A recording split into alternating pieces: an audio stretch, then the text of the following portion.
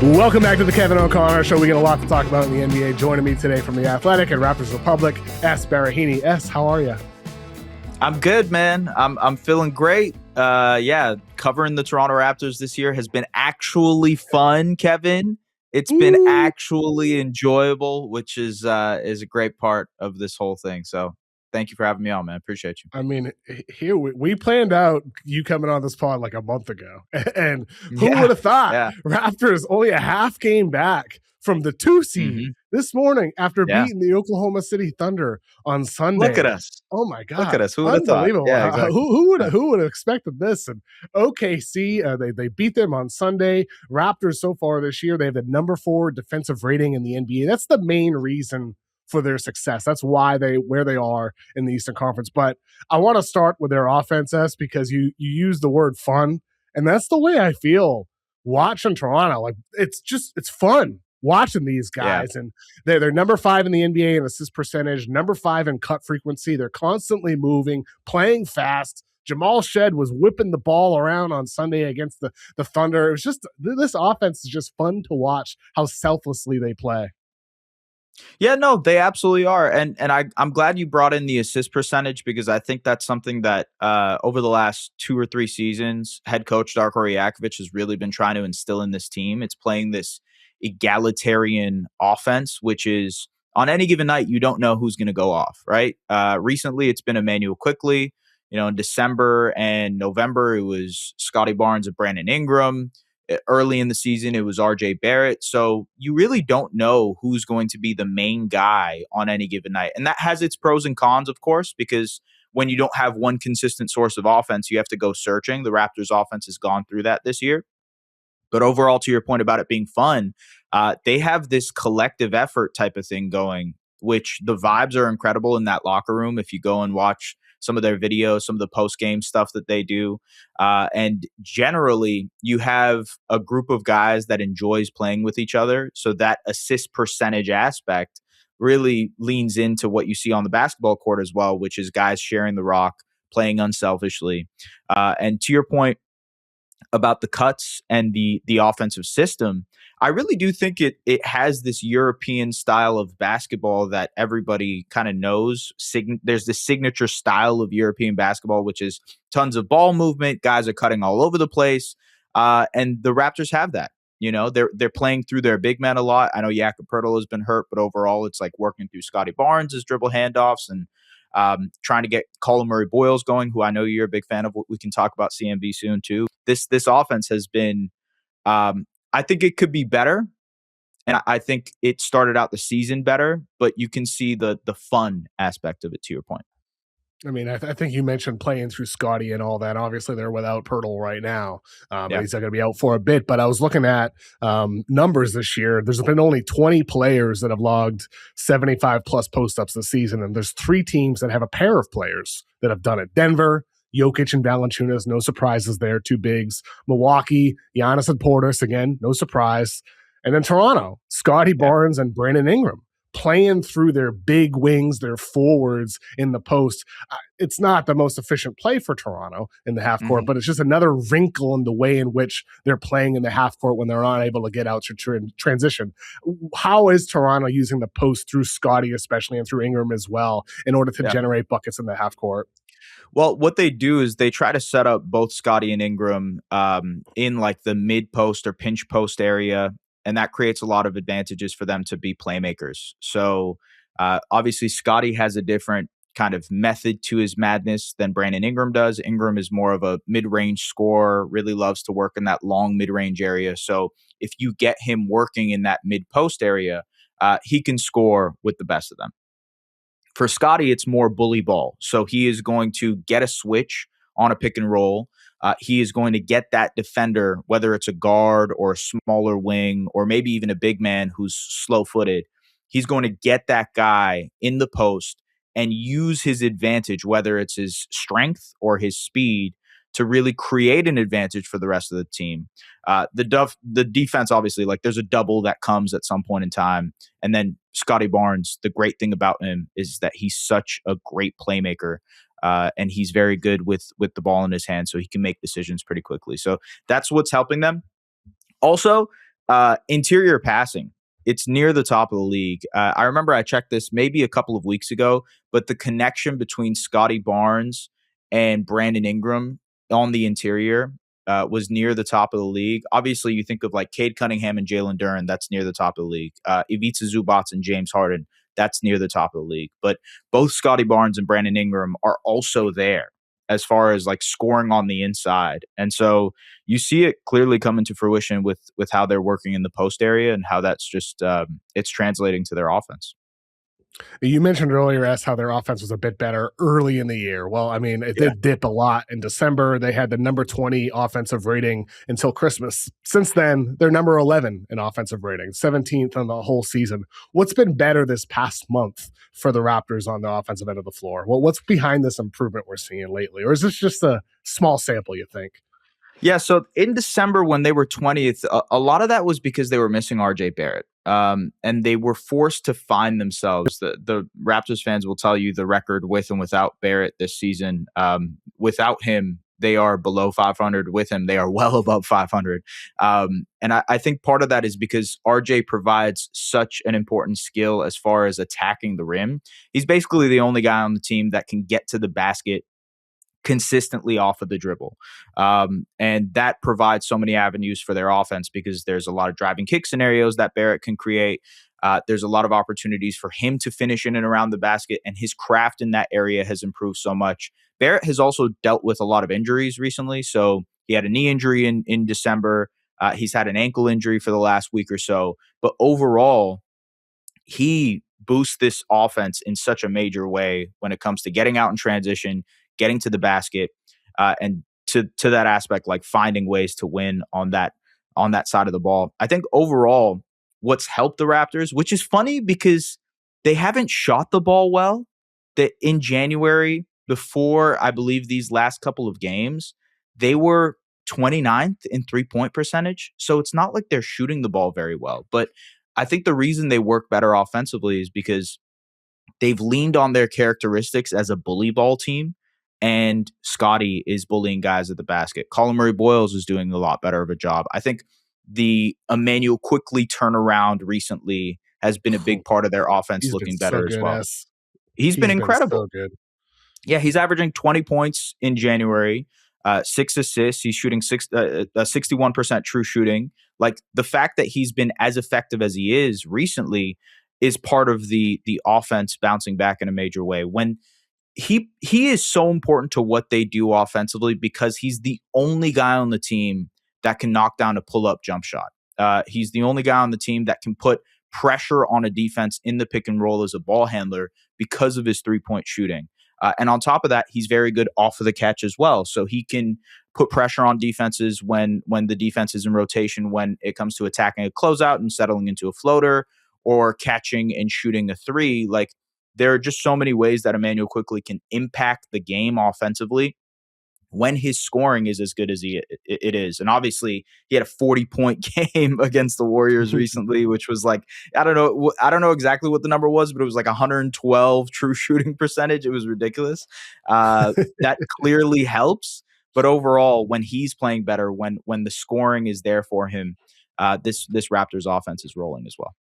Yeah, I mean, the Raptors offense definitely trending up lately, and, we'll talk about like potential moves they could make in a minute here, but I do want to touch on their defense first, since that's really the main reason behind their success. The Raptors are number 4 in defensive rating on the entire season. They had great success, obviously, regardless of the opponent.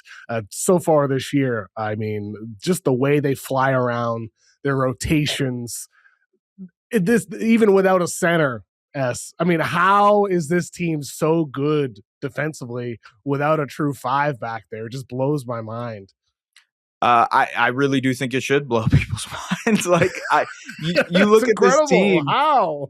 It's Scotty Barnes, man. It's purely Scotty Barnes. We can probably count on one hand the amount of plus defenders the Raptors have on their team. I can't, other than maybe Jacoby Walter, Colin Murray-Boyles, Jamal Shed, depending on the matchup. I just don't see any other positive defenders on the Raptors. And yet they're 4th in defensive rating. So To it your is, point, usually like a defense this great, there's a bunch of all yeah. D type of guys, reputation, and like this Look, team has some good guys, but it's not like that level. It's look just at the crazy rest that the of the collection top. makes sense like this. Exactly. Look at the rest of the top 5 defenses in the NBA. The Oklahoma City Thunder, even when they are absolutely injured, have multiple defensive guys. They obviously have Chet Holmgren down the middle. Like there is, you could make an argument for 5 all defense candidates on the Thunder. The Pistons have Isaiah Stewart, Jalen Duren is much Yes. improved, Asar Thompson on the wings, Ron Holland on the wings, Cade is a very good defender for his position. The Spurs have Wemby and they have Harper and they have this litany of guard defenders and Steph Castle who loves to die on the floor whenever he wants to. There are so many talented defenders on those teams. And then when you look at the Raptors, who are 4th in defense, the one defender who is, in my opinion, a very clear-cut all-defense candidate right here, and I would push it even further and say defensive player of the year candidate, is Scotty Barnes. Leads the NBA in stocks, total stocks. He's been doing it all without a center. He is number 1 in clutch blocks this season. And there's been a lot of moments this season where he's actually saved the game. If you go back to the Hornets win that they had, I believe in November, he had a clutch block over Colin Sexton to win. There have been moments where he's blocked Donovan Clingan at the rim. Obviously, Chet Holmgren on that jump shot that you saw yesterday. I think there's a very clear-cut case for Scotty to be a defensive player of the year candidate, surely because the rest of his team isn't this all defense caliber team. It's him raising, as I said in this tweet, being the tide that raises all boats. That's truly what Scotty is doing on defense on any given night. And it's hurt some of his impact metrics, admittedly, because when he's on the floor, it's not like the Raptors defense is massively different, because ultimately he's being asked to carry poorer defensive lineups. So his impact metrics aren't necessarily as good as maybe Rudy Gobert's or Victor Wembanyama's. But the case is pretty clear for him to be in that conversation, in my opinion. I mean, I think just considering the amount of versatility, they put him on so many different positions on the floor. He can defend wings, he can defend bigs, he can defend quicker guys, stronger guys. It's just the level of versatility is remarkable. And we'll see if Wemby reaches the 65 games. He still could. Rudy Gobert, I'd have as the favorite right now. I'm a little surprised Vegas, the odds have I agree. Chet Holmgren as the favorite. He's like minus 150, minus 125. I'm a little bit surprised there, to be honest with you, with Chet. It feels like that's more like the Marcus Smart style winner, where it's like a team award. Like, well, we'll give it to the best defense to a guy on that team. But I'd lean towards Gobert or Scotty at this time for my leader for defensive player of the year. Yeah, I mean, I'm doing this right now as sort of a case for and case against thing for Raptors Republic, and Rudy Gobert's case is very, very good. Like it's hard to pick apart his case just because the Wolves are near the top of the league when he is on the floor. They are 29th on defense when he is off the floor. It's staggering. The way that he defends at the basket, apart, dude. They collapse. Yeah, and look, the Naz Reid, Julius Randle lineups have not worked for them defensively overall. So that's part of why the impact metrics are what they are. But you look at Gobert's case and it's incredible. I agree with you that he should be right there with Chet and Wemby and, in my opinion, Scotty for the defensive player of the year race. But the reason the Raptors defense is what it is, it's purely because of what Scotty Barnes has been able to do. Well, and with all this in mind, the Raptors center is out. They have a great defense as a team. Scotty is amazing, and the offense has played well as of late. They're a half game back from the 2 seed in the Eastern Conference. Toronto is in a position where they've been involved in a bunch of, could they have interest in this guy or that guy? What do you think the Raptors should do with the deadline here? Should they be aggressive and go for it here in this wide open Eastern Conference? I would love for them to stay patient. I think if you look at the players that are available right now, Anthony Davis is available on the market. Domantas Sabonis is available on the market. There have been rumors about Ja Morant. At one point in time, it was LaMelo Ball.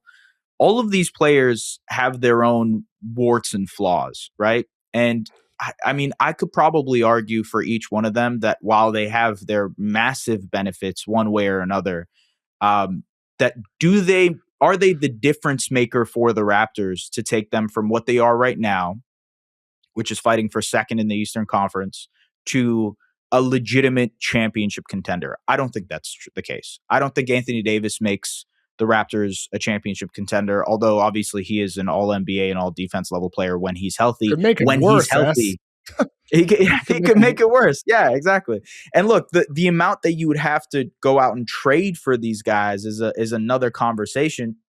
I would rather keep the powder dry, if you will, to go out and see what happens this summer. Obviously, the Giannis rumors or something, and I'm not sure if the Raptors have what it takes to go out and get Giannis, but there will be other star players that are available. The Cavs are currently in a kind of make or break season.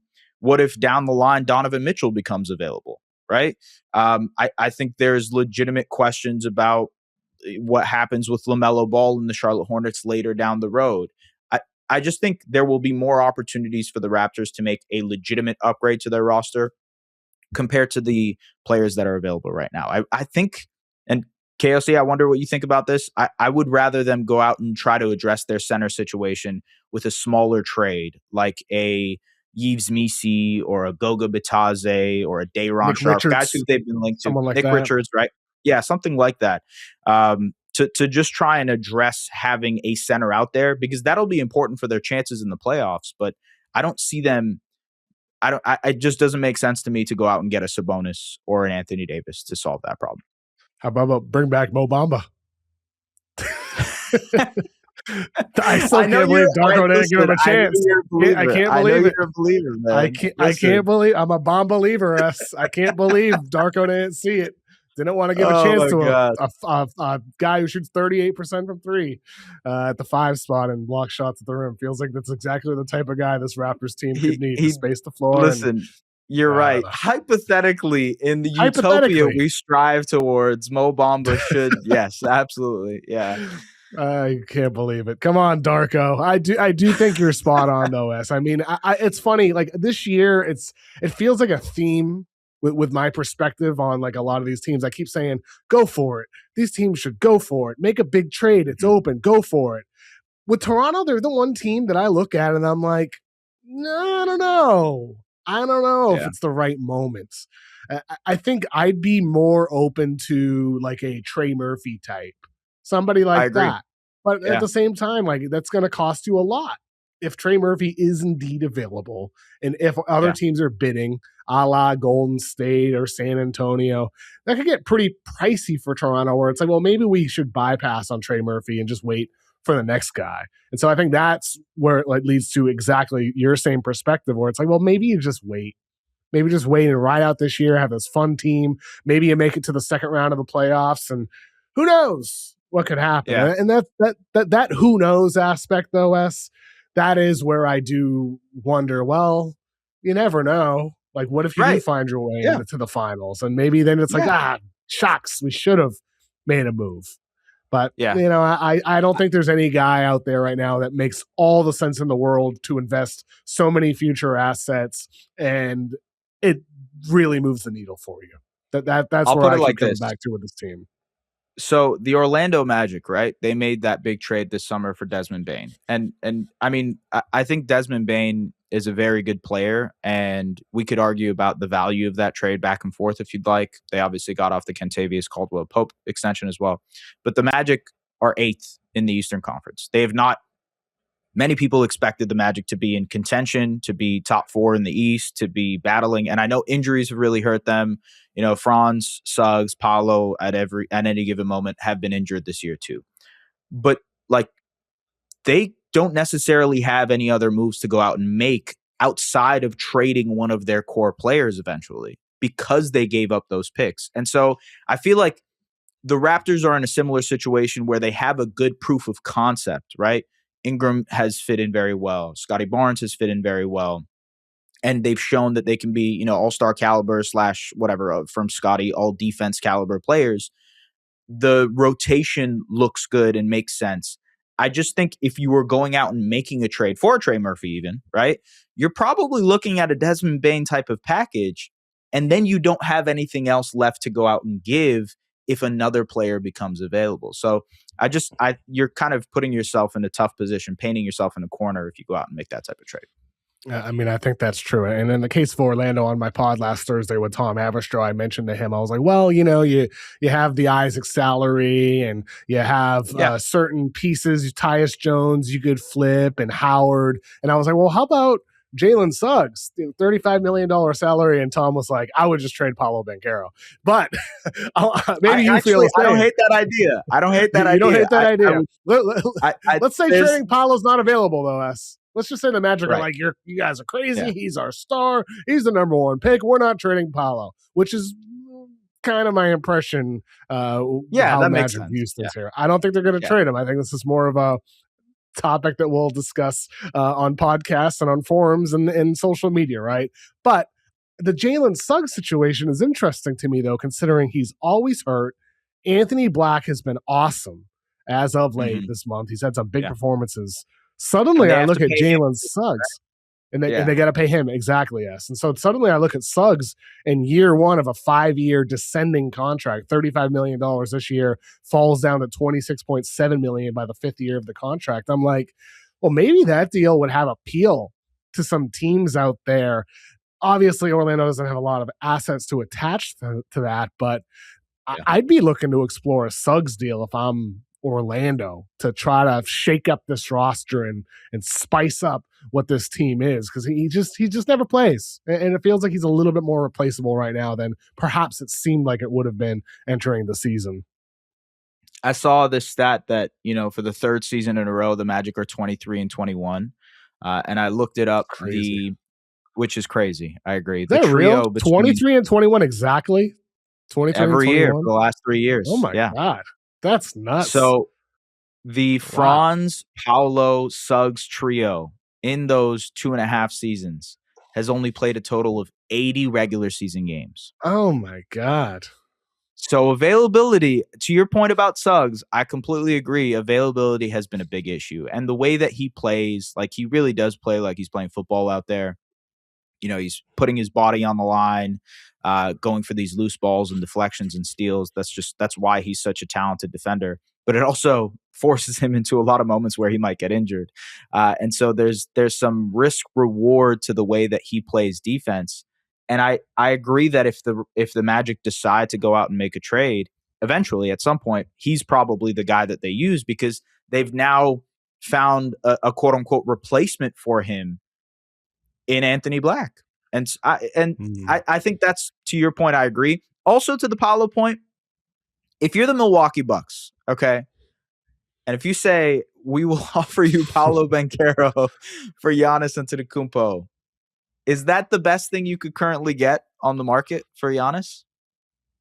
I don't know. If Giannis is available, don't you think there'd be like a really great picks package out there?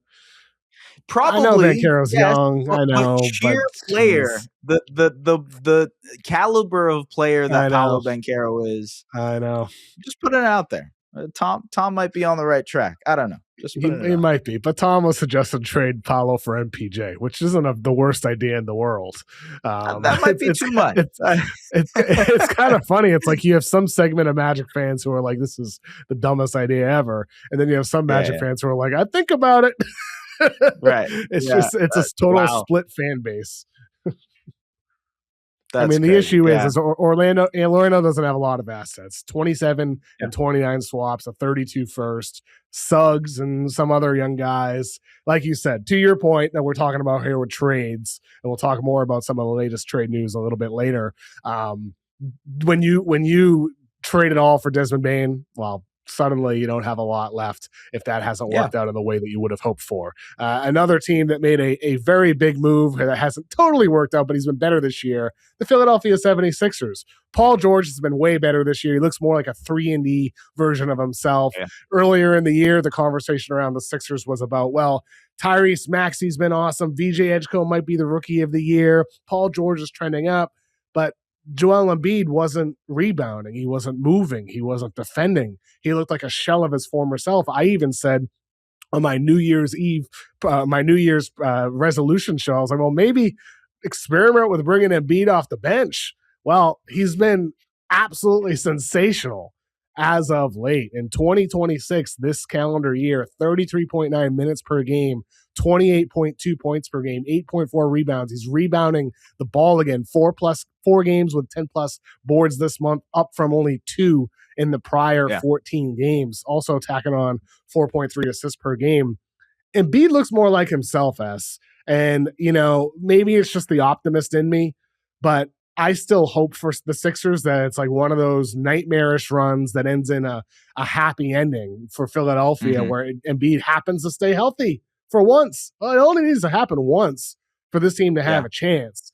But, for now, as of today, in the middle of late January, Embiid's looking like more like himself. It's just cool to see after that horrible start.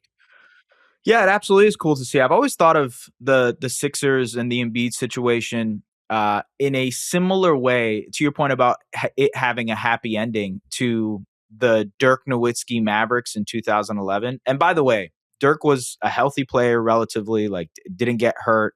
This is not an injury conversation, but it's more about the conversation around a player. So many people were doubting Dirk Nowitzki and his ability to get it done when it matters, to be a true player that can lead a team to a championship, especially after in 2007 when he won MVP and got eliminated in the first round to that We Believe Warriors team. 2011 was him cementing himself. Like, that one run made him one of the greatest power forwards of all time. It legitimized him. I think Embiid, if he has one of those runs, he might, we could argue this depending on what player. There's obviously a James Harden championship that would be super impactful to his career. There's a couple of other guys out there as well. But I don't think there is a player in the NBA that would benefit from a championship run more than Joel Embiid. And it would be awesome to see. To your point about how he's playing better recently, I would say he's playing better offensively. I still think the defense needs to get there. In that Knicks matchup over the weekend, the Knicks went super small, and in part that was because they wanted to drag Embiid out of the paint, force him to pick up and kind of cover more ground on the defensive side of the ball, chasing around an OG Anunoby, chasing around a Josh Hart, chasing around a Deuce McBride. And I can see how that can get him in trouble on the defensive end, because he's still a little slow-footed on that side. But I agree with you that the offense is there. He's shooting the ball very well. I think he's worked very, very well off of Maxey. He's still a very great screener. And so the combination between Maxey running around on these dribble handoffs and pitch actions and Embiid being the screener, it just creates so many good opportunities for the Sixers offense. And to your point about a magical run, maybe this is the year, because we've just talked about how the East is wide open. The Knicks aren't looking like the dominant contenders that they are. The Pistons are still in prove-it mode. Maybe this is the magical run year that the Sixers can have. I hope so. I think it would just be cool to see them at least get past the second round, at least make a deep run, and see what can happen. I would just love to see Embiid stay healthy for the opportunity to make a run. And so fingers crossed for Philadelphia fans, especially given the way the Eagles season ended. Granted, they're coming off a Super Bowl. You can survive for a little while, but for the Sixers, it's been a lot of misery with the way things have ended. A team that's currently very, very, very miserable is the Milwaukee Bucks. Giannis got hurt again. Even before he was diagnosed with injury, he said post-game, well, I'm probably going to get diagnosed with a calf injury, out for 4 to 6 weeks again. Mark Stein over the weekend on his Sunday newsletter with the Stein line, he updated a bunch of teams. So we're going to go through some of the stuff that was in Mark Stein's reporting, and he had some interesting little nuggets about Giannis. And he said one of his most consistently clutch sources, he said, have passed along that multiple teams are engaging the Bucks on a deal for before the February 5th deadline. And then he went on to write within that same article, and he said, there's been a belief that the Bucks won't entertain Giannis deals until draft time, but these teams are operating under the belief that they think Milwaukee could actually get there in the next 10 to 12 days. Mm-hmm. I wouldn't rule that out either, S. I mean, I think you connect a lot of the dots here, the way Shams has reported around it, the way Windhorst talked about it last week. Windy said something very interesting. He said how there's teams waiting and holding off on progressing some of their trade conversations because they're waiting on Giannis. I don't know all of those teams, S, but I know one of them is the Golden State Warriors. That the Warriors are one of the teams that is waiting on this situation, trying to make a play at Giannis Antetokounmpo. Will anything get done? We'll see. The injury is definitely a new variable here that introduces a lot of uncertainty. But if I'm the Bucks, I said this last week on my show. I'm thinking about just being the one who says we're going to get the divorce instead of waiting on Giannis, because this team is in a position where they don't have their own lottery pick because the rights to swap. Atlanta gets the best of the New Orleans or Milwaukee first, but you still could end up with the 4th pick or the 8th pick or the 7th pick, depending where you finish. If you're the Bucks, whether it's your pick or the New Orleans pick, you can still get a really good pick in an absolutely loaded draft. If I'm the Bucks, I'm thinking about going down that path when you have the rights to that pick this year and just get a haul for him from another team. That said, maybe you do wait till the summer and the better haul comes then. But how would you be approaching the deadline here if you're Milwaukee? Yeah, I would rip off the Band-Aid and trade Giannis Antetokounmpo. I think it's time. I think, you look at this roster and their chances of competing, getting into the play-in at this point. I don't give them that good of a shot.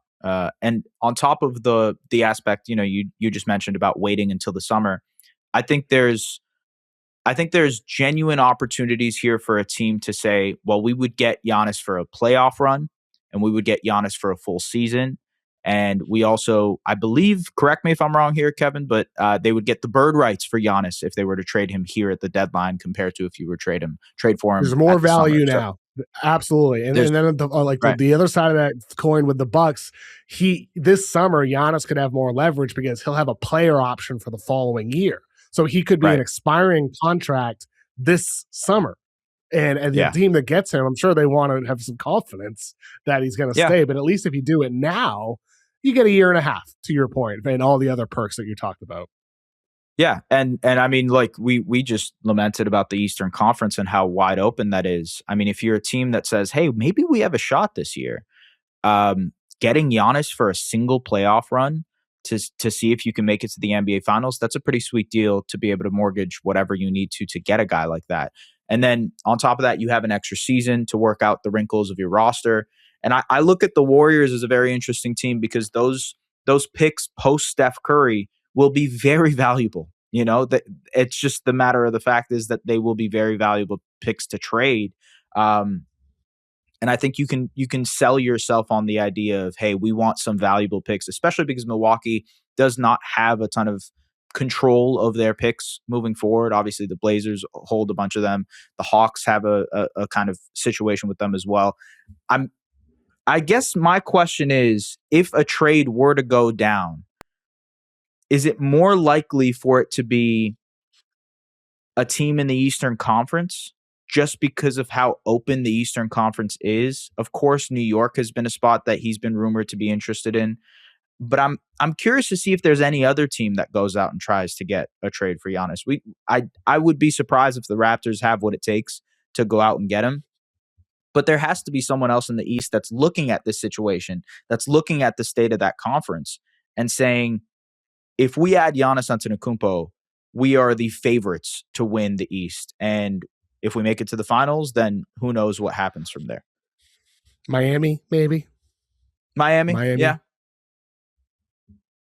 Other than that, I think it's just too many if this, if that with the Knicks. If they get a Paul for Cat and if they can get something for Bridges, and I just feels like too many hurdles to jump through for them. Other than that, I Cleveland, if they wanted to flip Mobley, but I don't see that necessarily.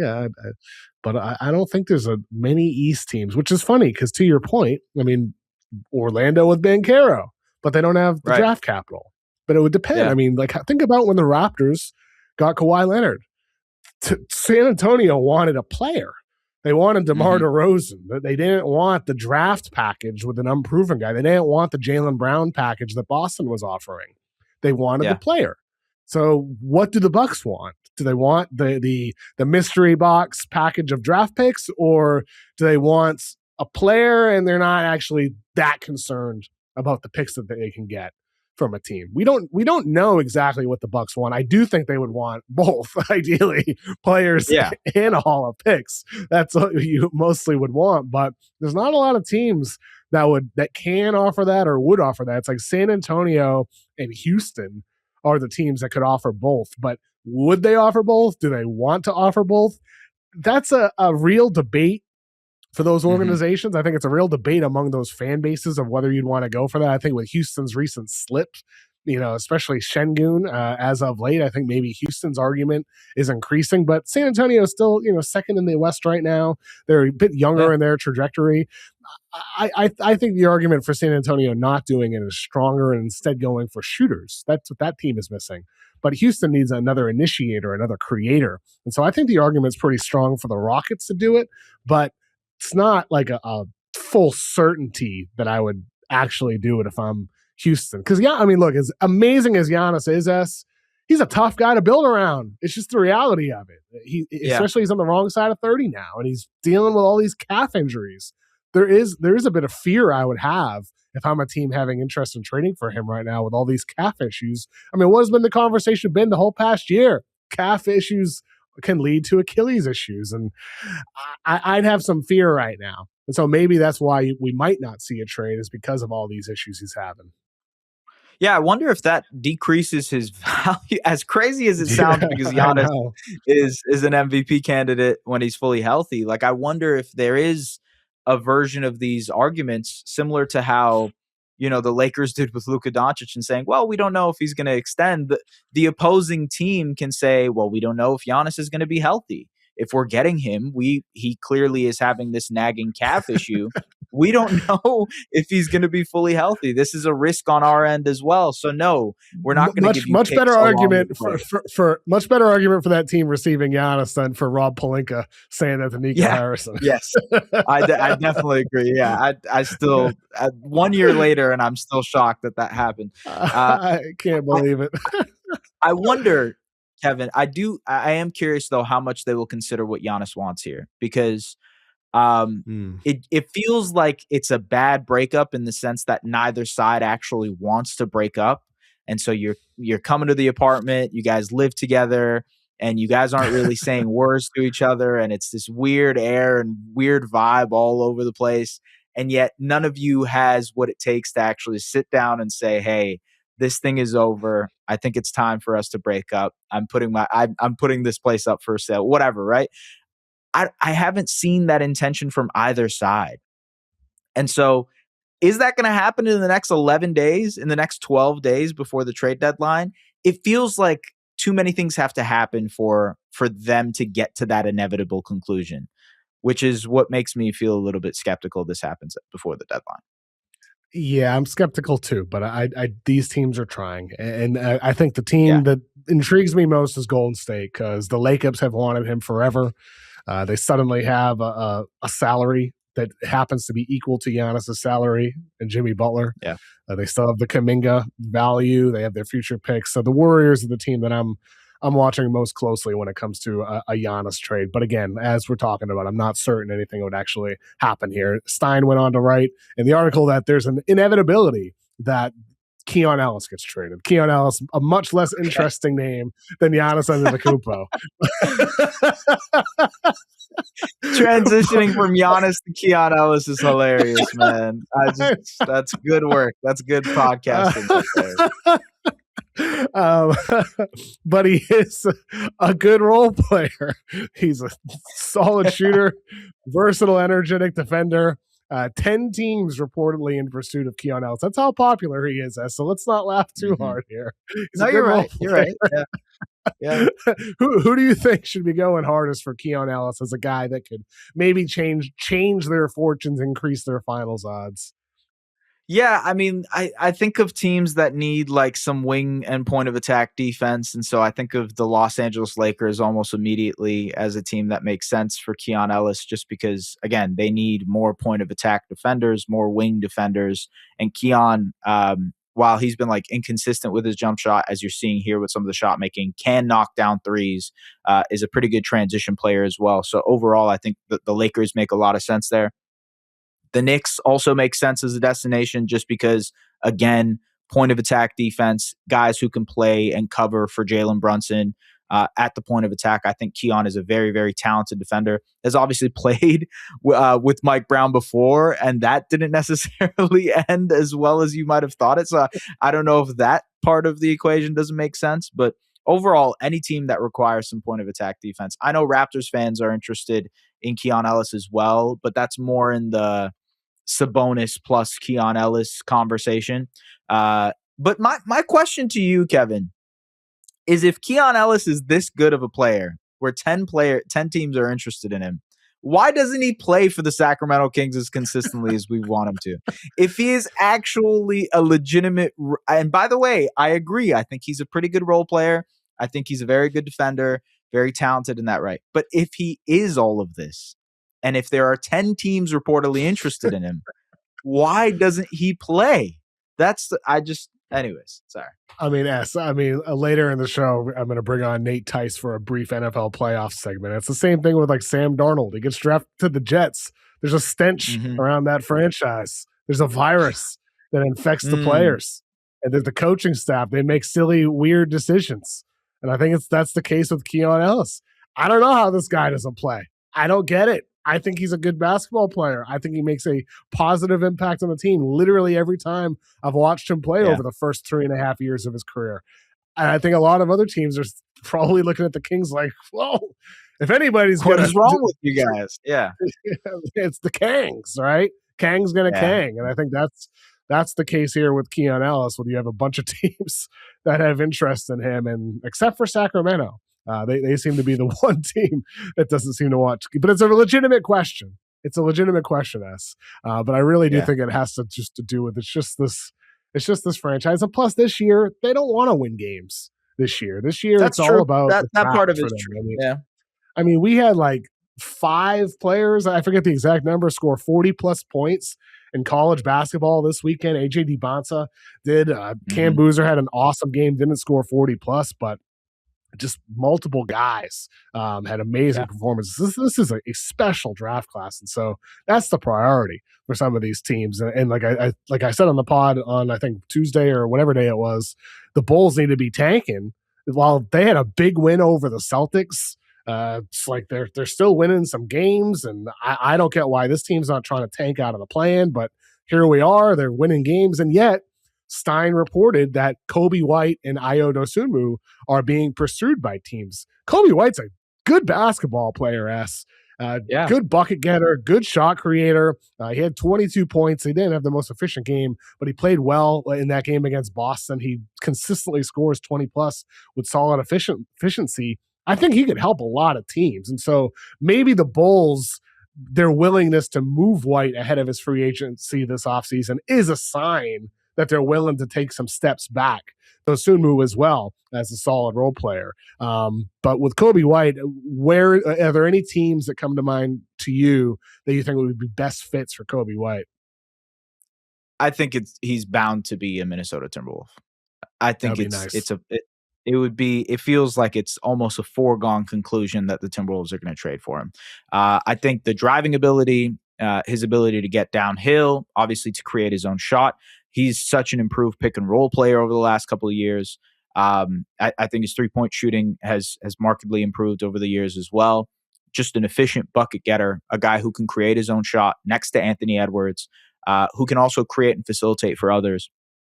I think he's the exact type of point guard of the future that they would like next to Ant, that doesn't cannibalize too many of his possessions, that doesn't take the ball away from Ant too much, but also can work off of him, be a creator, be a second guy who can create his shot, off the bounce. And I think that's very important. I will say also, considering Rudy Gobert has been incredible this year. I think they have what it takes to insulate Kobe White defensively. So I think it's Minnesota. I really can't think of another team that makes sense. You could maybe argue the Warriors if they decide to do something smaller. Adding Kobe White to that group also makes sense just because, again, another shot creator, another scorer next to Steph Curry. And I feel like that probably makes sense for the type of player Steve Kerr is interested in as well. If there is a Jonathan Kuminga, Kobe White swap that can be done with picks going to Chicago, that I don't know. It's just something that I'm just thinking of off the top of my head. But those are the two teams that I look at and say Kobe White makes the most sense for them. I mean, I think Golden State's an interesting one. Minnesota has been a lot of talk around them as a team for them. Golden State, I hadn't thought about. I'm intrigued by that idea. Yeah. Plus, especially considering that the Bulls had some interest in Kuminga this offseason, but they didn't want to give up Giddey to get him, and understandably so. Giddey's been very good this season. But Kuminga for Kobe White, that's interesting. I could see that being of interest for both sides there. And even though, like, I think if I'm the Warriors, I want to be bigger. They're small enough as is.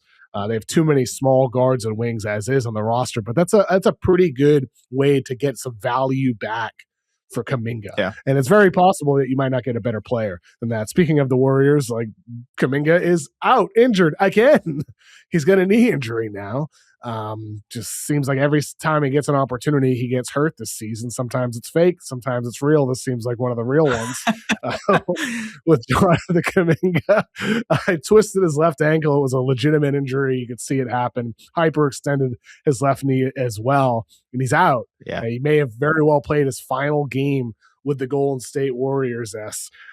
Now, the Jimmy Butler goes down. The conversation was, well, who's going to step up in his absence? Kuminga was the obvious answer there. Mm-hmm. The Warriors are still trending up. They're still just a few games back from a top 4 seed in the Western Conference. Kuminga goes down. Who steps up now for Golden State? I don't know if there is a player that can step up for Golden State. That's the issue here. When you sent this over and you're like, who is the player to step up for Golden State? I looked at their roster and I'm like, I don't think Moses Moody is going to be able to step into this role. I don't think Brandon Pajimski is going to be able to step into this role. There isn't a player on the roster that can replicate the downhill scoring ability of Jimmy Butler, the foul drawing ability of Jimmy Butler, and also to a facsimile like Kuminga was that, right? Now that he's gone, I don't get a sense that there's a player on here that makes a lot of sense. And, you talked about Chicago tanking out. I kind of wonder if the Warriors should tank out. Like this, of course, there's the Giannis conversation of things. And, I agree that you have to give Steph Curry the best shot possible to go out and compete and try to contend for a championship for as long as he wants to. What better way to do that than to get a star of the future? And, it would take some tanking to get down there near the bottom of the Western Conference. But I ultimately think this is an opportunity for the Warriors, given the circumstance that they're at. Given the fact that they're missing not only Jimmy Butler, but also now Jonathan Kuminga. And I feel like Kuminga probably ends up getting traded before this deadline at some point. This is an opportunity for them to get a really good pick to potentially add to this group. And we know how lottery luck works. We saw how it worked for the Mavericks last year. Maybe you luck into the lottery and you get a top 3 or 4 or 5 pick and you add to this group. And if you don't want to use that pick, because we've seen the Warriors play around with the idea of trading lottery picks in the past. If they don't want to use that pick, that is the perfect type of tool to use to go out and get a Giannis Antetokounmpo or another player or another star that's out there. So I don't know. I'm kind of the idea that the Warriors, instead of finding a replacement and finding ways to, facilitate some sort of run this season, to tank instead, lick their wounds and come back next year, Very possible. I mean, look, they're 3 games back from the Rockets for the 4 seed. So they're close. Yeah, they're close to a top 4 seed. But they're only 4 games up on the Clippers for the 11th best odds. And 11 was the magic number last year when the Mavericks moved up from 11th best odds to number 1 to get Cooper Flag. Who knows? I mean, that does come with a 9-ish% chance to move into the top 4. And I mean, again, like that could be the type of pick, as you said, that makes you the team that has the best offer to go get Giannis. I just think Steph has been so freaking good that you got to put this guy in an opportunity to win. It's a tough sell, and I'm not against tanking it out. I'm not against even asking Draymond, do you want to go play for Detroit? Do you want to play in New York with Mike Brown? Do you want to reunite with him and be their defensive savior? I'm not against going that route. But at the same time, like I still look at this team and like they have a lot of good role players, man. I agree with you that there's no guy who steps up in a high volume scoring role, but Quentin Post has been really good defensively. Santos and some of these guys like Pods. I don't get the hate Warriors fans have for this guy. I know he's annoying. I know he kind of looks like a clown. He tries to be all buddy with Draymond and Steph and then talking with Clay after the game when the Warriors faced the Mavericks. But the dude just like he's a defensive disruptor. Craft NBA has this great stat that they compiled that looks at steals and deflections, and Pods is number 5 in the NBA and regularized defensive turnovers behind Caruso, J-Dub, Chris Dunn, Jalen Suggs. Pods is 5th, tied for 5th with Paul George, Tamani Kamara, Dyson Daniels, Osar Thompson, and then Jamal Shed, your guy from Toronto, is 10th in this metric. Good for Jamal. For regularized defensive turnovers. And you look at the names on the screen with these guys, none of them are knockdown shooters. Pods is the best 3-point shooter on that list this season, 39% on 4.5 attempts per game. Paul George historically is better than what he's been this year, 36% on 6.2 attempts per game. Chris Dunn shooting 37% on 2.9 attempts per game. Most of these other guys, Thompson and Daniels is shooting like 10% from 3. Kamara, these guys are around 30% from 3. And so you have Pods, who is shooting the ball really well, who has a 2.5 assist to turnover ratio, doesn't turn it over, draining threes, and he's a disruptive defender. He's everywhere on the floor. It amazes me why Warriors fans hate this guy. I can't understand it. He's a good role player. He's one of the best acquisitions Dunleavy's made. Yes, absolutely. He is a good role player, and I think for the most part, I agree with you that the hate is unnecessary. He does get a little bit of his shot selection isn't the greatest, so he sometimes calls his own number, which I think to the ire of Warriors fans, and they get mad at the fact that he calls his own number. But you need a guy like that when your offense can dry up so quickly without Steph Curry. And if you can get a Brandon Podziemski leap in this second half, you'll take it. I think there is clearly an opportunity for him to get clearly an opportunity for him to get more opportunity, but for him to get more shots, for him to get more usage, for us to see how he can create with the ball in his hands. And to your point about him being a good defender, I think that's very important to what the Warriors need right now, because outside of, Moses Moody, Draymond, to your point, I think Quentin Post is playing better defense. This Warriors team has moments where they go and they just don't know how to defend the ball anymore. And Podziemski is a really important part of that. So I agree that he's good. He's a good role player. Doesn't necessarily need to be hated on as much. But is he their savior? Is he the guy? I don't know. Can't say that. No, not their savior, but a good basketball player. Did you watch the Netflix the dude climbing over the weekend? I did see the dude climbing. Shout out to Alex Honnold. Yeah. What's his last name? Alex Honnold. Honnold. Yeah. Honnold. Yeah. Amazing. This is thrilling. Oh my God. What a show. Yeah. It's incredible, man. I felt the same feeling I did when I watched Uncut Gems, that anxiety of watching someone do something where they might die. It was incredible. And I don't know if you've watched Free Solo, the documentary. Yes. Have you? Yeah. Yes, I've seen that. Yep. The science around the fact that he does not fear as much as other people do. Like, he actually does not get scared in these moments. MRI they gave him, right? With it, where his amygdala just doesn't activate. yeah, exactly. Yeah, he does not fear these type of situations. It's bizarre. And there's been a lot of conversation about, because his wife was there watching him climb this tower. and they have children. And it's like, this is a guy who has a life, and he has a wife, he has kids. He's still climbing a building, taking selfies. Oh man. He was making jokes every time he climbed one of those dragons. He was cracking up and saying, "Hey, this is kind of tough." He did the no hands thing as well when he was doing the no hands thing when he was hanging on with his legs. No, he's incredible, man. It's one of those things where you see just how incredible human beings can be, like what they can achieve when they put their mind to it, or when they don't put their mind to it and they don't fear anything. It's crazy. Absolutely wild. It was remarkable to watch it live, and yet free solo seemed like such a much more daunting task.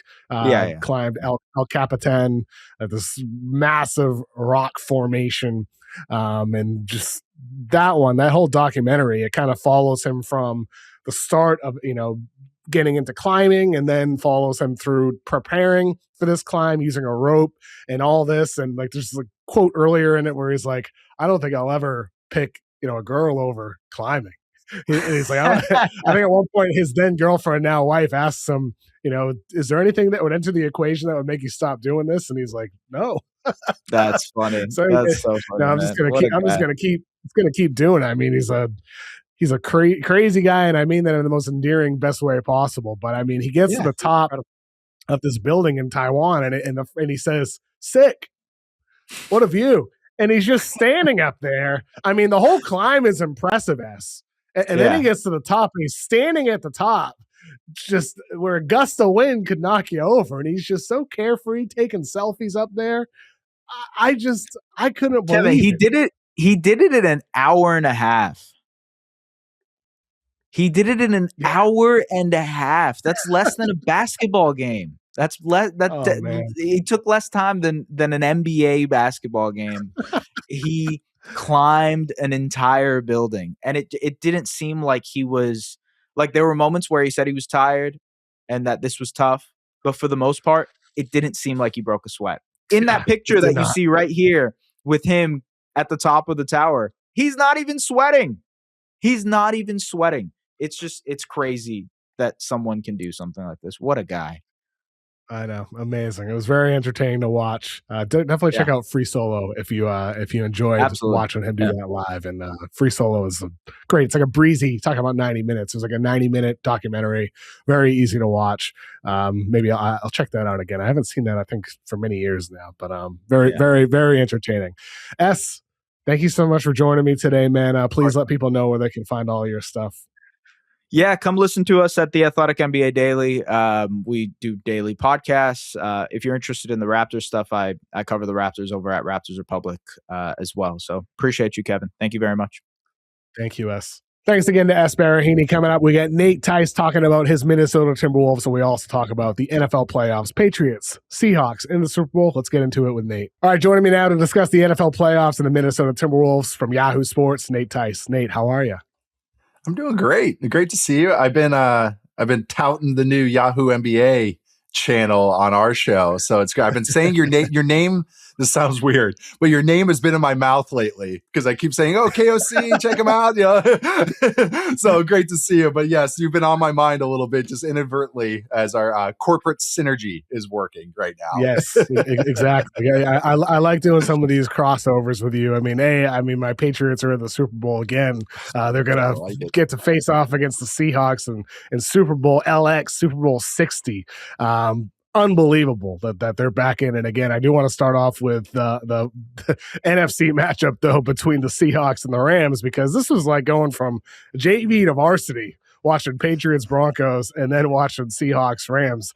This game, they had two epic matchups during the regular season, Nate, and this game was everything it could have been. 31-27 Seahawks win after those first two games, and Sam Darnold, 62% drop back success rate for Darnold in the game. Mm-hmm. And from my untrained eye, Nate, I felt like this Seahawks game plan was immaculate. They were targeting Durant and Williams, moving JSN around everywhere on the field.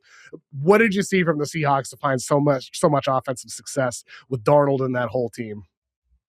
Really, it's just keeping it. If anyone watched Sam Darnold last year, with the Vikings and just how that ended for them, and him. It was kind of the offensive line for the Vikings fell apart, which is some quarterbacks can mitigate that, but Darnold's one that could spiral.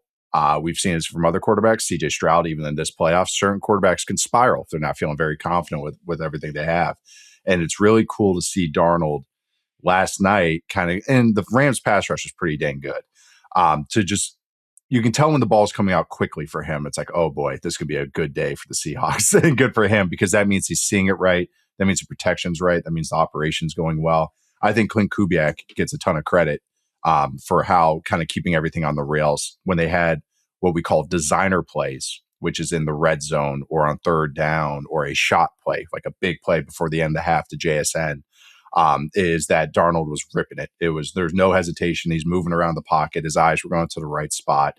So just a perfect offense for Darnold, but also just even the circumstances that he had. The run game tapered off for the Seahawks after the first quarter.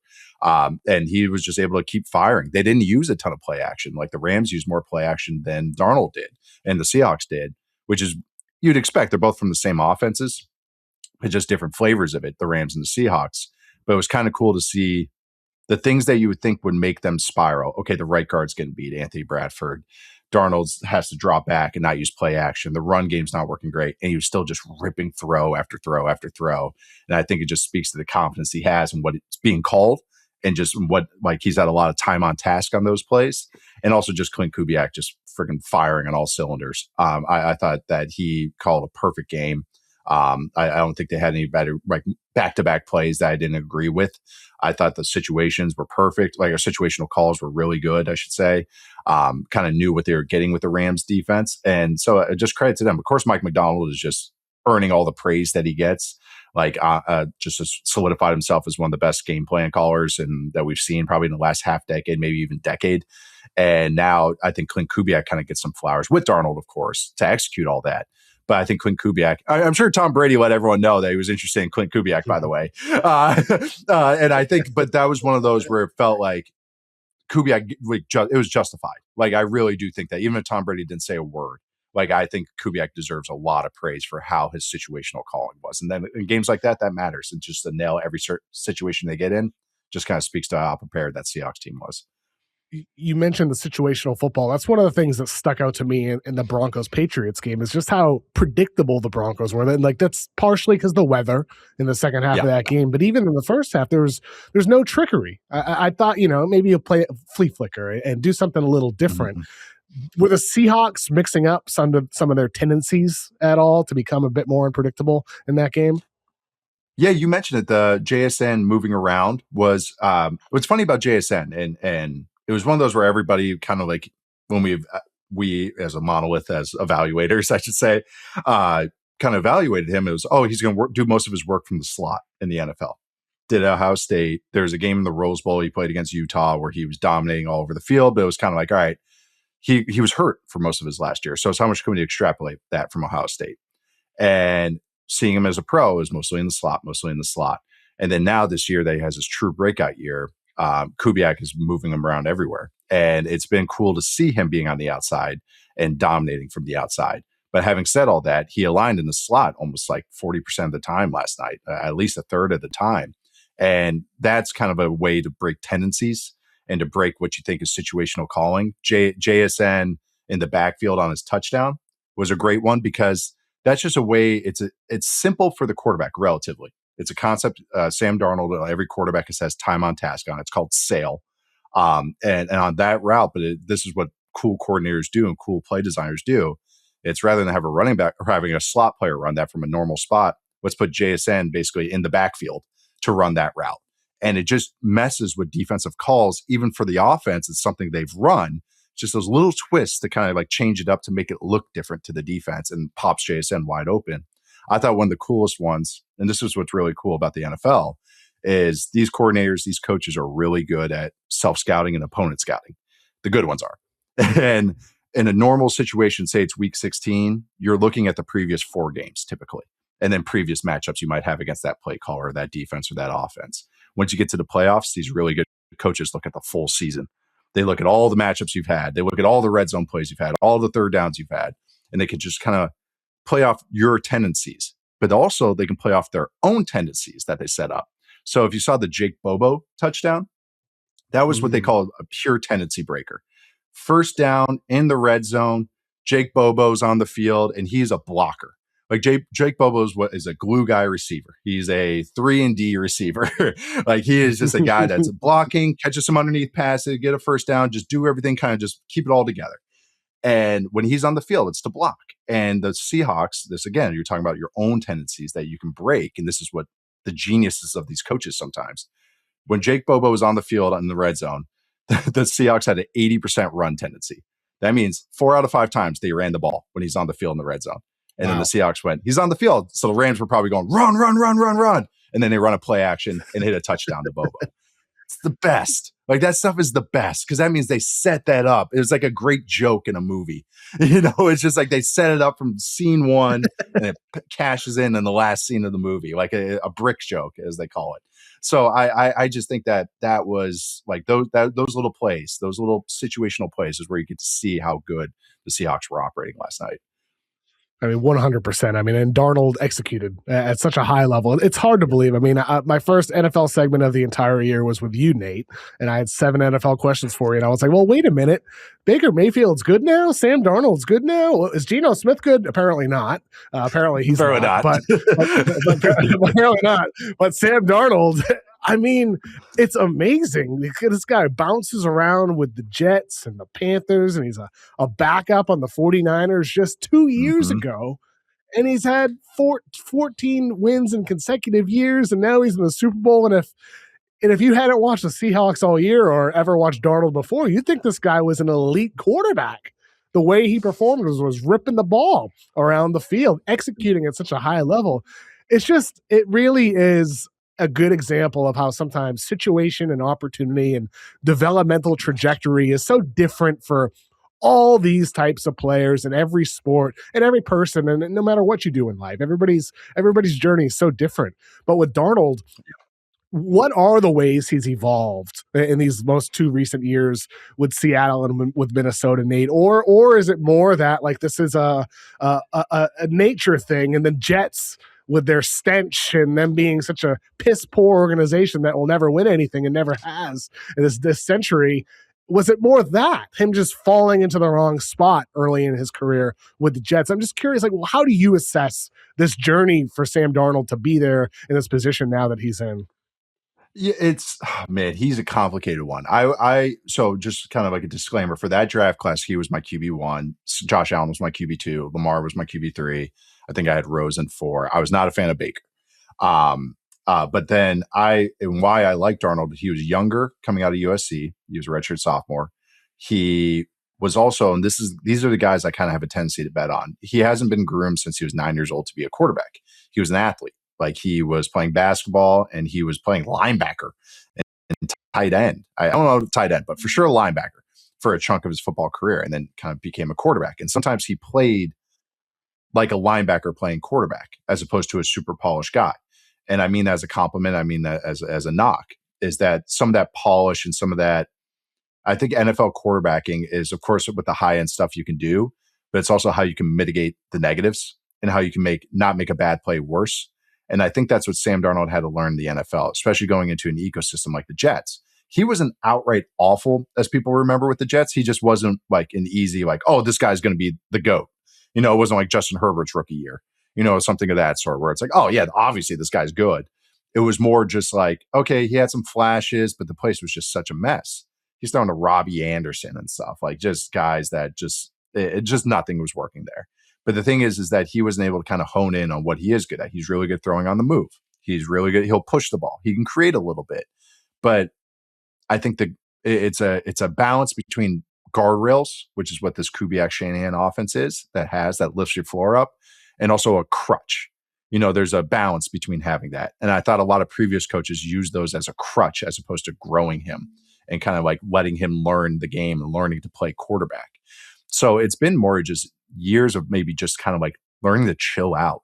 And I think even sometimes he has those moments where I said spiraling. That's what Darnold can be susceptible to is, oh, I'm pressured. Oh, I have to get to my third read. Let me go try and make something happen. And I bail outside the pocket, and then I get strip sacked, and then now it's a turnover or it's a 9-yard loss on a sack. Now it's throwing the ball away. Now it's scrambling. One of the best lessons I've learned, not only just football, I think in sports, is if you make a mistake, make it fast. Like that's kind of a classic line. It's just like, hey, if you mess up, just do it quickly at least. Don't slow down and make it even worse. And I think that's kind of my best way I can describe Darnold. He makes his mistakes quicker, and he just makes his good decisions quicker as well. And I think that just comes from having the talent to access that, but now getting in the ecosystem where he doesn't always, it's just exactly how it aligns perfectly to his skill set right now. He doesn't have to drop back and scan the whole field every single time. He can do it, but now it's only 3 or 4 times a game, as opposed to maybe with the Jets, where it was like, hey, you're our hero now, do it 20 times. And you see in the NFL right now, there's not a lot of guys that can do that. So I think it's kind of like they polished the edges on him and just kind of made him, honed in his talent, honed in and focused him while mitigating the negative aspects of them. They'll crop up, don't get me wrong, but now it crops up once a game, twice a game, as opposed to 9 times a game like he used to when he was like in New York or Carolina or something. Well, hopefully see it 9 times in the Super Bowl. Yeah, against New England. You wouldn't mind that. hopefully sees the Patriots jersey and he's on the other side and he's like, thinks he's wearing green, Jets green, pukes all over the place. That's what I'm hoping for. But I mean, ultimately, this was an amazing game. I was fearful. I am fearful of Seattle. I was fearful as well of the LA Rams because of that offense. I mean, Stafford was excellent, 374 yards, 3 touchdowns in the game. And if it weren't for that muffed punt leading to Seahawks touchdown, I mean, look, I things kind of evened out, Nate. You have the muffed punt that led to a Seahawks touchdown, and then you had the Seahawks taunting penalty that led to a Rams touchdown. Amazing throw and catch by Stafford to Puka in the corner of the pylon there, and that was right after Puka saved an interception. But those kind of evened out. But that said, I'd be sick to my stomach if I were a Rams fan this morning after our special teams was our Achilles heel all year long, as I said on the broadcast. And then you have that completely avoidable bonehead mistake. Just let it go. If you're backtracking and you feel like you can't get a good handle on the ball, just let it bounce. What was he thinking? I would just be so sick to my stomach if I were a Rams fan right now. It's the first time Sean McVay has fired an assistant during the season. Was he fired as special teams coach this year? Like, that's how much it's been an issue for them. And it's sometimes I overlook it. I tried not to this year because the Seahawks had such a good special teams as well. That's why I kind of became bullish. I predicted them to win the NFC West. And I was like, oh, they might win a playoff game, but I didn't think this. I'd be lying if I thought they'd make a Super Bowl run. Wasn't there over under like 8.5 wins or something like that? 8.5, yeah. Wow. And I thought I was like Mr. Hot Take, like, great call getting them to win the division. And it was like, I didn't predict 1 seed, best defense, all this, But one of the things that makes them so good is their special teams is really good. And when it comes down to playoffs and you get these tight games, whether it's the Snow Bowl in Denver or you get this game that's more of a shootout, those plays add up. Like, those little mistakes, they add up. They become just magnified and so big. And that's why they talk about hidden edges all the time, 1% better, 0.5% better. But that's the thing, is when you have the number 2 special teams, the Seahawks, going against a bottom 6 special teams, and it's been something that's maybe overlooked a little bit in LA, it crops up. When you don't have your defense playing to the best of its abilities, or they're getting kind of gamed, well, then it kind of turns to, okay, there's the third phase, which is special teams. But now if the third phase is a loss every single time, like, that adds up. It's going to rear its ugly head. If it didn't rear up this week, and the Rams won, it would rear up in the Super Bowl. It's just a math thing. Over time, it's something bad is going to happen to this unit. And of course, it just happens there.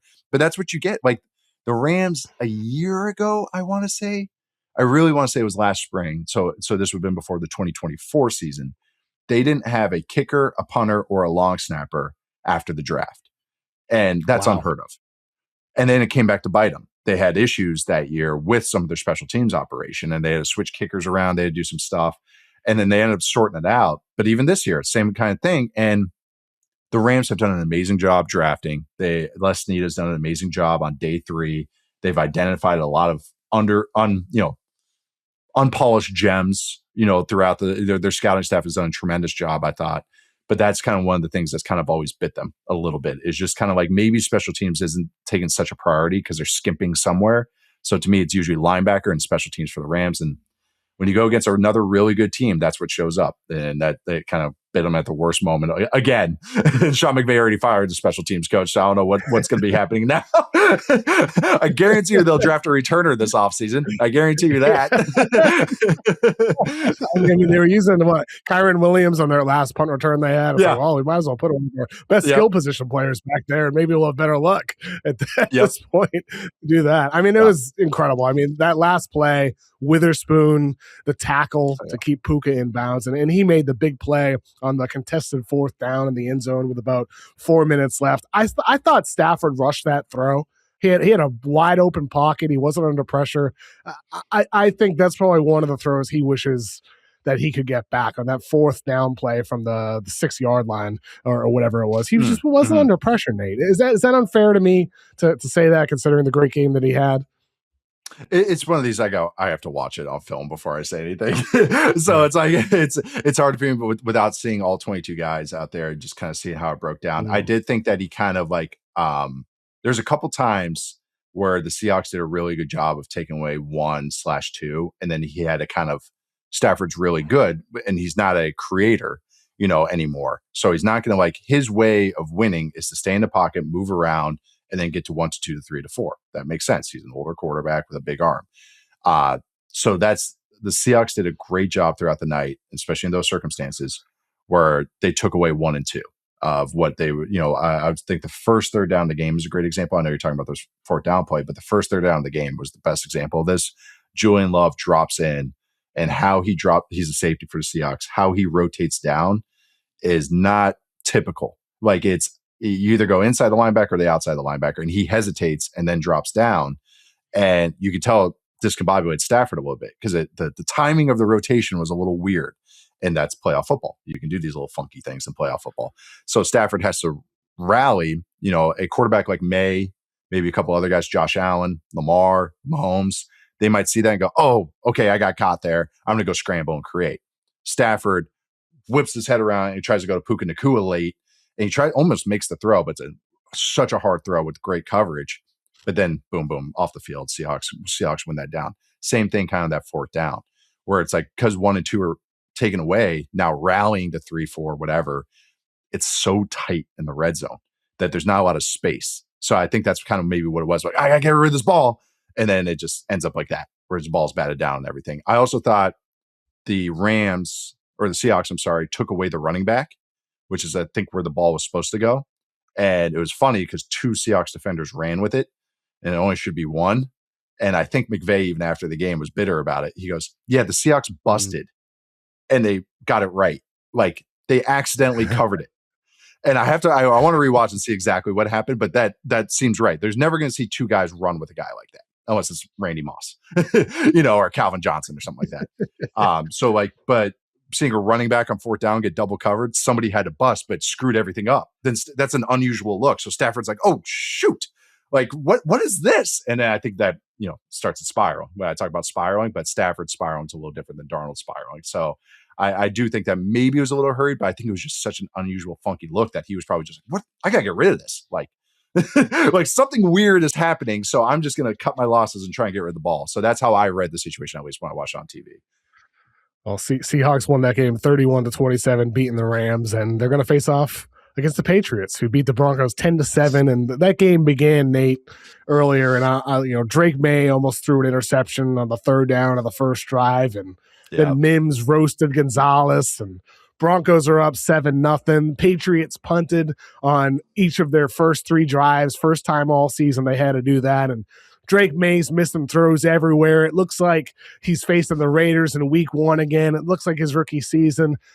And then the Broncos didn't score again the whole game. Stidham had his horrible backward pass turnover.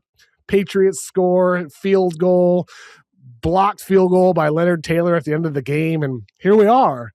Patriots are in another Super Bowl, the 11th in my lifetime. The 11th.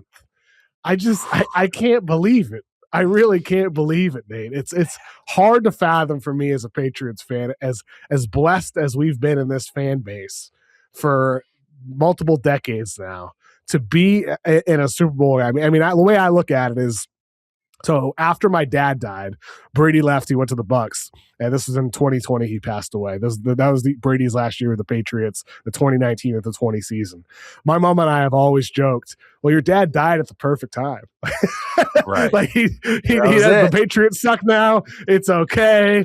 It's not as bad. And it's like, well, how 6 years later they're back in another Super Bowl? It's so unfair to Bills fans and Jets fans and Dolphins fans that the Patriots get here before Josh Allen, and the Jets still can't find a quarterback, and the Dolphins, who knows where they're going to be going. It's just hard to fathom. I just can't believe it, and yet here we are. Here we are. It's even the fact that Sam Darnold is the first quarterback from his draft class to make it to the playoffs, or to make it to the Super Bowl. I'm sorry. And it's kind of funny. So Bills, Josh Allen fans are probably just like, what is this?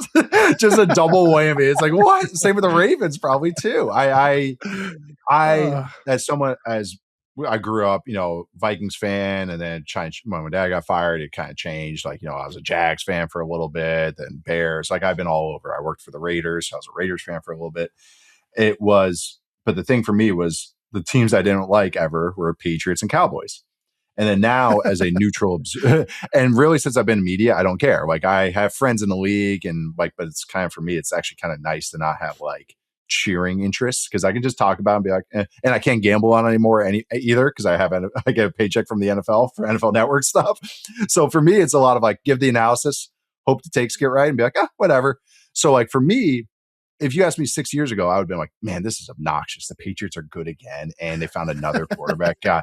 But now, as a neutral observer, I'm like, yeah, isn't Drake May fun, guys? And everyone's like, it's the Patriots, man. Like, I have so many friends that are just so upset because it's the Patriots made it back. I'm sure Robert Kraft is just going like, see, Patriot way. I'm the Patriot way. Not Belichick, not Brady. He's the big winner of this. No, but it's been. Man. Need to have another craft funded documentary. That's what we need, a part 2 at this point, or another episode. The Bucks have one going on. How about the Bucks have their funded documentary going on? It's like, man, you guys were an embarrassing franchise for like 30 years. Are you sure you want to document this? Like, I remember those creamsicle uniforms used to be associated with bad. Bo Jackson turned you down as the number 1 pick. I don't know. But I look at this as like, the AFC was so wide open this year, so wide open. The NFL was so wide open. That's why the playoffs felt like this. That Drake May, of course, had a great season, but it kind of speaks to like what this team is with the Patriots, where it's kind of a classic find a way Patriots. The defense stepped up in the playoffs. They've become one of the blitz happiest teams in the NFL. Obviously, there's only 2 teams left, but they had one of the highest blitz rates since their bye week, since the second half. It's kind of cool to see Vrabel adjust, and this team try to adjust at least to what their personnel is and what their circumstances are. Sometimes it's unleashing May. I mean, May scrambling and running yesterday was the best part of the Patriots game and the Patriots offense. But it just kind of speaks to a team that was picking top 5 last year and number 3 the year before. They aren't a complete team, but they get the most of what they have, and they have been healthy. I mean, Milton Williams was gone for a little bit. Spillane was gone. Will Campbell, all that, healthy now. And also, they just play good situational football. So I just talked about that with, in the first game in the positive sets and knowing situations, not spiraling, all that kind of stuff. But I feel like that's what Vrabel's kind of secret sauce is. He's a football savant. And I get him and Dan Campbell. They're 2 guys that I get what they look like and I get how they talk and I get the bravado that they have. But these guys are like football geniuses. And I mean that in the sense of game management, clock management, getting their guys playing in the right spot. They don't shoot themselves in the foot. And I kind of thought, in a weird way, that felt the most Patriot game of the Belichick era. Like that really felt like an early aughts Patriots game. Drake May runs a little bit more than Tom Brady, but as far as how the defense is playing, do enough on offense, create a turnover and take advantage of it, and you win the game and everyone's frustrated. That's not a Patriots fan. That's how it felt like to me. But that's also too, playoff football is not style points. Just win the freaking game. Like that's why I think people are like, oh, the Patriots aren't doing this, they don't do that. Who cares? They won the game, they're going to the Super Bowl. And I think that kind of just speaks to like kind of what Vrabel's got there, and also just the openness of the AFC this year. I mean, they relied on their defense. They would throw the ball away on third down. They just play the field position game. Like you said, it felt like a 2000s game is what it felt like. And they played to their advantage there, knowing the forecast with the snow in the second half. That's why I was so I'm still perplexed. Sean Payton's decision on that fourth down not to kick the field goal. They're up 7-0. I understand, like, they're probably thinking, if we score here, if we convert, and then if we eventually score a touchdown, 14-0, well, we're going to win the game. But there's no guarantee that you score even if you convert the fourth down instead of kicking the field goal. And then the play call, the Stidham play action, I didn't like it. I didn't like the call. I didn't like the decision, considering we knew all the reporting on Sunday was that there's going to be snow in the second half of the game that was going to hit in the late afternoon. I didn't like the call. And if I'm Sean Payton, I felt like there was a little bit of I'm going to win this game for us type of thing. We don't have Bo Nix. I'm going to make it happen with Jarrett Stidham instead of just taking the points there. Do you feel the same as me, or did you like the call to go forward in that first half? I've gone back and forth. I don't think there's a correct. Like, of course, the models say go for it, and I'm a more of an aggressive fourth down person. Me too. To be clear, me too, Nick. Yeah. I'm with you, I think, and that's the thing too, is that, but you can't be blind to human condition, and you can't be blind to circumstances of having a backup quarterback and how your defense is playing. And that's the thing. And this is what I talked about this last night on Football 301, that's what's really cool about football, is that sometimes, just getting the first down isn't the most important thing, or getting the yards. Sometimes it's the points. Sometimes it's not the points. It's the controlling the ball. Like, the variables change, and what's the most important kind of changes play by play and circumstance, or situation by situation. And also, like, on top of that, so like, this is the arguments to go for it. The model says that if you score 14 points, you feel like this game is done. I mean, we saw what the Patriots did. They only scored one touchdown. It was off of the fluke fumble by Stidham when he spiraled. But also the Patriots and this is why I thought they should have ran the ball, is the Patriots defense was one of the worst run defenses on late downs, like third and fourth down. Like, they allowed a lot of first downs on those plays if you run the ball in short yardage and stuff. So kind of a galaxy brain call. And I get it wasn't snowing and the weather wasn't crazy at that time, but it's one of these things where, okay, how many times are you guys going to get to the red zone? Shouldn't you just take as many points as you can get? But then the argument is, yeah, you should maximize it and trying to get the 14 points. So I go back and forth trying to understand it. To me, and I think I'm not a head coach, I'm talking to you on a Monday, but if I were calling this, I think if I had Jarrett Stidham as my quarterback, my defense is playing that way, I just take whatever points I can get and just be happy with it and just understand this is our circumstances. We have 10 now, That's how I view it. And I know that sounds, but I would say there was a later third down, fourth down that the Patriots had. They ran it on 3rd and 7, and then they kicked a field goal. It was like a 40-something yarder, and the kick was nowhere near good. That was one, to me, even though it was 4th and 7, I thought the Patriots should go for it, because the circumstances of the snow and the wind and all that, a rookie kicker, is that with all that stuff, is that you should be aggressive because you're trying to make the field goal easier, not to get a touchdown, but to control the ball and make a field goal easier. If you get the first down, and their Broncos offense isn't moving the ball anyways. So this is just kind of me talking on both sides of my mouth, but I just do think the circumstances of the weather changes so much. And I know the Payton fourth down early wasn't, but I can understand both arguments. I think I still would have gone for it, but I do understand more than most circumstances of kicking the field goal based on a backup quarterback, based on impending weather, based on how your defense is playing, yada, yada, yada. So one of those where I do see both arguments, even if I do take the more conservative side, I think, maybe that I usually do. Totally understandable. I mean, and ultimately the Patriots didn't convert off that. They didn't score off that drive. They didn't convert until the following drive, in which Stidham made the biggest mistake of the game with the backward pass. Refs blew the whistle on that. A mistake by them. Should have been a defensive touchdown for the Patriots, but it did lead to the Drake May touchdown run to tie up the game, or make it 7-6, and then the extra point tied the game 7-7. But ultimately took advantage of their opportunities there. Stidham made some great throws early in the game, and then he just fell apart, didn't do anything after that. Looked like the Jarrett Stidham we all know and love for years ever since then. And ultimately, I mean, it's a shame for the Broncos that Bo Nix got hurt.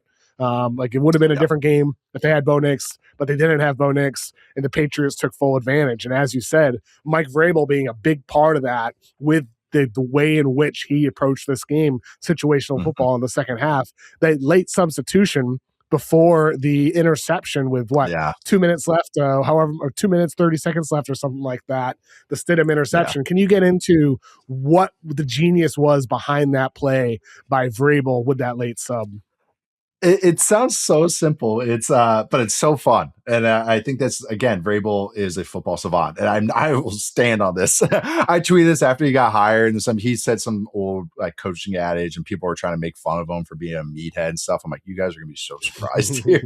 This guy, I've seen this guy's, I've heard through the grapevine too. Sorry, I'll get into this play, but I've heard through the grapevine too, is that, he has a clock guy. This was in Tennessee. So I don't know. I know the stretch or whatever his name is in New England. But at least in Tennessee was that, he had a clock game operation guy, but he never used him because Vrabel just knew off the top of his head, like when to go for on fourth down, when to take a timeout, all that, when to go for two, all that, which is just like, that's awesome to me because that's the stuff I nerd out about. But this play that we're talking about here, and you can see on the YouTube show, is that is if the offense subs, and this was a way to combat teams abusing it in no huddle. So when the offense subs, the defense has an opportunity to match substitutions. It doesn't mean like I have to run a certain guy on. You can just swap a guy on and a guy off. And it has to just be, you are showing justified pace. I can't remember the exact like phrasing it is, but show you're making an effort kind of thing. So, okay, the Broncos sub a tight end on late, which is something that Sean Payton's had issues with in the past because he like gives the play call in late, forgets to give the personnel. Guy comes on late. They break the huddle. The clock is running, not just the play clock, but the game clock is running. And this is outside 2 minute. They have no timeouts, I believe, on this play. And then the Patriots, because they have a chance to match personnel or match with the substitution, run on their 2 defensive tackles. And defensive tackles are the biggest, fattest, slowest guys on the team. So, they have a justified pace. Jogging out there, taking their time. And then what's even better is the guys they sub out, those guys don't run off until the new guys come on. And then they're like, oh. And then those 2 slow defensive tackles run off the field. And the entire time, it's not like, well, what shouldn't the offense just snap it? The ref, by rule, sits on the ball, stands over it. You cannot snap it. He has his hand up. And you see it in college a lot because more offenses go tempo and go fast and everything. But NFL teams do this too. Vrabel has done this a couple times this year. I think he did it against the Chargers recently too in the playoff game a couple weeks ago. But it was awesome because then the clock's winding down. You can see the center and Stidham starting to panic, starting like doing the clap, and boom, boom, boom, boom. The ball gets away. Everything's just off. And then he just chucks up the throw, and then Christian Gonzalez makes a great play and picks it off. But it's such a small awareness thing because that shows that either the head coach knew that or he has now communicated to the defensive staff to be aware of that. And they were all over it. And it was just one of these things. Those are the hidden margins. I just brought it up in the Seahawks game, talking about the special team stuff. When you get in tight games like this, and the NFL is a lot of tight games, it comes down to little 1% moments like this. And I know, and I had plenty of commenters, plenty of reply guys on Twitter when I posted this going like, well, Stidham shouldn't have thrown that. It's like, no, I understand that. But you have to understand the human nature of going like, I got to get, his brain went from, I'm reading the defense to, I got to snap this football. Like the brain changed. And he's not a guy that has enough reps to handle that. So again, you're just compounding any stresses that they have. And again, this is what's so cool about football. But yeah, just hyper aware from Vrabel and his staff. And it just kind of speaks to like how situationally savvy this Patriots team is. Vrabel caught 2 touchdowns in the Super Bowl, back-to-back Super Bowl 38 and Super Bowl 39, Patriots, Eagles, and Patriots, Panthers. Just saying. When the Patriots put Tonga out there, sometimes as a blocker and all that, I wouldn't rule out. That's a good call. Patriots throwing the ball to Tonga or handing it off to him, rewarding him for all his hard work and getting a touchdown opportunity for their big DT. Just ruling it out. Just don't rule it out. I love it. Maybe a potential prop bet to think about. Tonga first touchdown. Or that'd be outrageous. Anytime touchdown. Anytime touchdown. Hey, I'm just saying, Vrabel caught 10 touchdowns in his career. Hey. All 10 catches were 10 touchdowns. Vrabel had. Hey, this Patriots team, they still have that DNA, man. It's such a new version of the old Patriots. That's really what it is. I mean, Josh McDaniels did the direct snap it didn't work out in the red zone, the direct snap to the running back. And I was like, oh my God, you guys are playing all the hits. They just dusted off the record. By Drake May. He doesn't quite sell it the way Tom Brady used to. But Brady was so good at selling it, man. I know. Brady's got to teach him that, and Brady's got to teach him how to do QB sneaks. It's like my one knock on Drake May, who I think is amazing, but it's just that he's not good at QB sneaks. He's just not. It's just one of these things. Isn't it so funny? A runner, you would expect him to be quite good at it, and Brady was like as good or better than the push and just standard QB sneaking. And you know who is also really good at it is Jacoby Brissett. Jacoby Brissett's probably the second best I've ever seen outside of Brady. Learned a little bit, from being with the Patriots. I know, and Brissett was there last year, so I was like, couldn't you teach Drake a little, take these sneaks, you know? There's some about like the one that he did get. It was ugly, like barely. Lucky they ruled it. He was driving his legs, and you can see the athleticism. He just doesn't have that. He doesn't have just the big ass, you know? Like he just doesn't have those thick legs that you kind of need. I wasn't good at sneaks either. I'm long limbed. I have a basketball player's body. So I wasn't good at sneaks either. But Brady's tall too. He's just like I don't know. That's something I've always just wanted to pick his brain about, because there's an art to taking a QB sneak. Tush push is kind of just raw energy. It's just strength. It's just brawn. Yes. Like Brady, of course, refined it to a science by the time he was done with his career. Yeah, there's a strategy behind it. Sometimes he'll go through the A gap. Sometimes he'll go over the top. Sometimes he'll move over to the B. It's like it's just always different with what Brady and that offensive line decided to do. It was fascinating just how good they were at it. And speaking of Brady, wow, he has come a long way as a broadcaster, Nate. I mean, him and Burkhardt, I love those two. It just feels like watching the game with two dudes who love the game and know a lot about the game. And Brady knows everything there is to know about the game. And like the thing he talked about with JSN, the shoulder pad, it's like not kind of wobbling back and forth when he's rubbing. I was like, oh my God. I had literally never thought about that in my life. Just the amount of insights he had. I mean, no disrespect to Tony Romo and Jim Nantz, but I thought like going from them to Burkhardt and Brady was just such a massive leap in terms of my enjoyment of listening to the game. And I hope Brady never has a little bit of a slip over the years like Romo has had, and I don't think he will, because he's the GOAT. And Brady is always on top of it. I'd be shocked if he were to decline. He might be the new John Madden, where it's just always level watching Tom Brady broadcast games. It was because last year I thought it was like, I know Tom seems like a nice guy. Yeah, it was rough. It was one of those, I didn't want to be mean, kind of one of these things. I kind of was just like, but people that I know that work with him, and they just say this is not a shocker. He works really hard, and he's talented. And Tom is someone that's actually sneakily funny, as you can see. Sometimes he's pretty witty, and it's one of these things where I kind of was like, he's gonna work at it. Like he takes a lot of pride in it. Some of these guys just get on TV and they're just like, I'm good. I made it, done. And I'll just take whatever the note pack that they give me I'll take the one meeting of the week and I'm good. I'll wing it on Sunday and just call the game. And you could tell Brady probably asks questions in those meetings, probably just really works out, watches film on his own. And also now he's doing a much better job of tying in some anecdotes. Like he talked about a couple of weeks ago about how throwing in the wind and how you cup the ball and everything, or throwing in weather.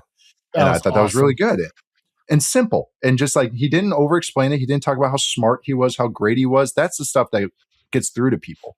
Talking about how great you were and then just going like, yeah, I used to do this. That over time, that doesn't resonate with people.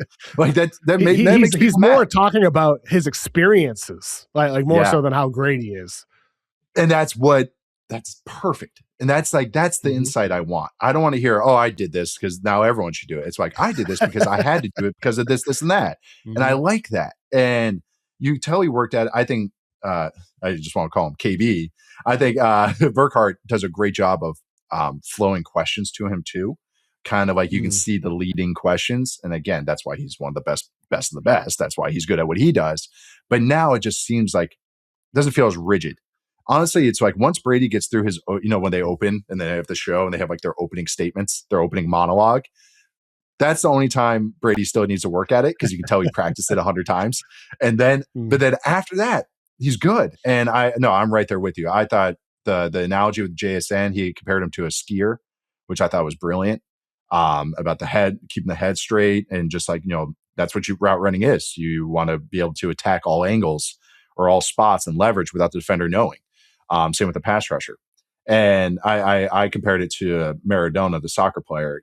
There's a documentary on HBO. I talked about this last night, so I feel I'm having deja vu right now. But Maradona in that documentary is highly recommended for anyone that hasn't seen it. But he talks about like that's the beauty of soccer and how you win in soccer at the high levels. It's not getting to where you have to go. It's tricking the defender to go away from where you want to go. It's feigning to get to where you want to go. It's faking I'm this way to get that. And I know that sounds simple, but it's making everything look the same. It's making everything, and this is play calling too and everything, but rock, paper, scissors. But same with that's brilliant that an athlete can do that. I mean, you see it in basketball, like a guy taking it to the rack, and then it's like, okay, is the guy going to pull up? Is he going to pass? It's the same kind of qualities of a triple threat, just even in a stance. And I think I was really cool that Brady highlighted that rather than just going, he's good. He catches everything. It's like, no, this is why he's good. And yes. I don't know. I think that's cool. You can see Romo slipping a little bit. With a little bit where you can tell kind of runs out of things he's researched. You could feel it. While Brady is like, as the game goes along, he has more and more to bring into the game. And I think that's a quality of what he's bringing. Him and JJ Watt. And I know Olsen too. JJ's good too. JJ's great. All three of those guys. Oh yeah, Olsen's great. And even Aikman, since he's gone to ESPN on Monday Night Football, has improved tremendously. I've always kind of was indifferent with him. And then I thought since he's gone to ESPN, he's been great too. Kind of a perfect grouchiness that he's nailing right now. He's able to like call people out without it coming across too badly. And I don't know. I think it's actually we're in a pretty good spot, which is so funny. 5 years ago, it was like Romo and that's it. And now we got Tom Brady and Olsen and JJ and all these guys really kind of stepped up their game. So it's pretty good spot actually. I'm just hopeful that the Brady ownership conflict never becomes a detriment to his broadcasting because he's. So, yeah, I mean, it's already been a thing, but hopefully it doesn't become a detriment from an entertainment standpoint as a consumer watching games. Because after loving Tom Brady for multiple decades on the field, I very much enjoy watching him share all of his insights. Because I think, with Brady, you mentioned how he's funny sometimes. Early in his career, before Deflategate, Brady was quite open and great at press conferences. And then after that, he just kind of shut down, became very stale, didn't say anything, just kind of walked up and got it done and over with. But prior to that, Brady was pretty great at the podium, and I always enjoyed his insights there. Well, now we have the Super Bowl, Patriots, Seahawks rematch, Nate. Seahawks -4.5 here. Not surprised with that spread. I mean, I thought maybe we'd get 5.5 as well with Seattle being the heavy favorites in this game. What needs to happen for the Patriots to win? I know you have 2 weeks to prepare. You need to dive in a lot deeper now. But first thought, what needs to happen for the Patriots to have any shot in this one? You got to win with the deep ball. You have to stand, deliver. I think the Rams had the best attack against the Seahawks, but they also have a quarterback and an offensive ecosystem that can do it. As they won, you can't get to third down. It's that you have to avoid third down. The Seahawks are so incredibly good on third and fourth down on late downs. And third and fourth down for the Patriots right now is, hey, go get him, Drake. Like there's some good designs and everything, but it's Drake being a monster and throwing some good balls. So you have to win on first and second down, just like for the Patriots to win this game. I think running wise, they actually have a run attack that is the best way to go against the Seahawks defense. I'm not saying they're going to do great, but they don't have to do anything atypical of what they do because it's very at you run scheme duo as we call it, which is a man scheme. So it's very just downhill. And that's how you have to kind of get after the Seahawks defense because they'll play with light boxes. They the safeties will come down late to help out with the run. So if you kind of have a direct run before the safeties can get there, you can get those 5-6 yards. The problem is getting first down on second down because once you get to third and 3, third and 4, third and 5, it's just death. The Rams did all of their damage on first and second down last night. All of it. Like third down was nothing for the Rams last night against the 49ers. Third down was nothing for Brock Purdy 2 weeks in a row against the Seahawks defense. So you have to be able to win on first and second down, have to win on play actions, this is, again, sorry, you give me the opportunity to go inside baseball on this some of the times, but so like the Seahawks. That's why Nate, I'm setting you up. I'm throwing you a lob. Appreciate it. No, thank you. I have to write about this. So it's great to get like a little rough draft going in my brain going like, okay, I could talk about this. So like in the Seahawks base everything out of quarters, too high scheme. And that's great in theory. But a lot of defenses don't have the front seven to play the run with no safety help. And the Seahawks are able to because they have monsters up front. They can win. They'll let you get a couple runs, and then their DBs are really smart and can kind of take away a lot of the intermediate areas that you attack.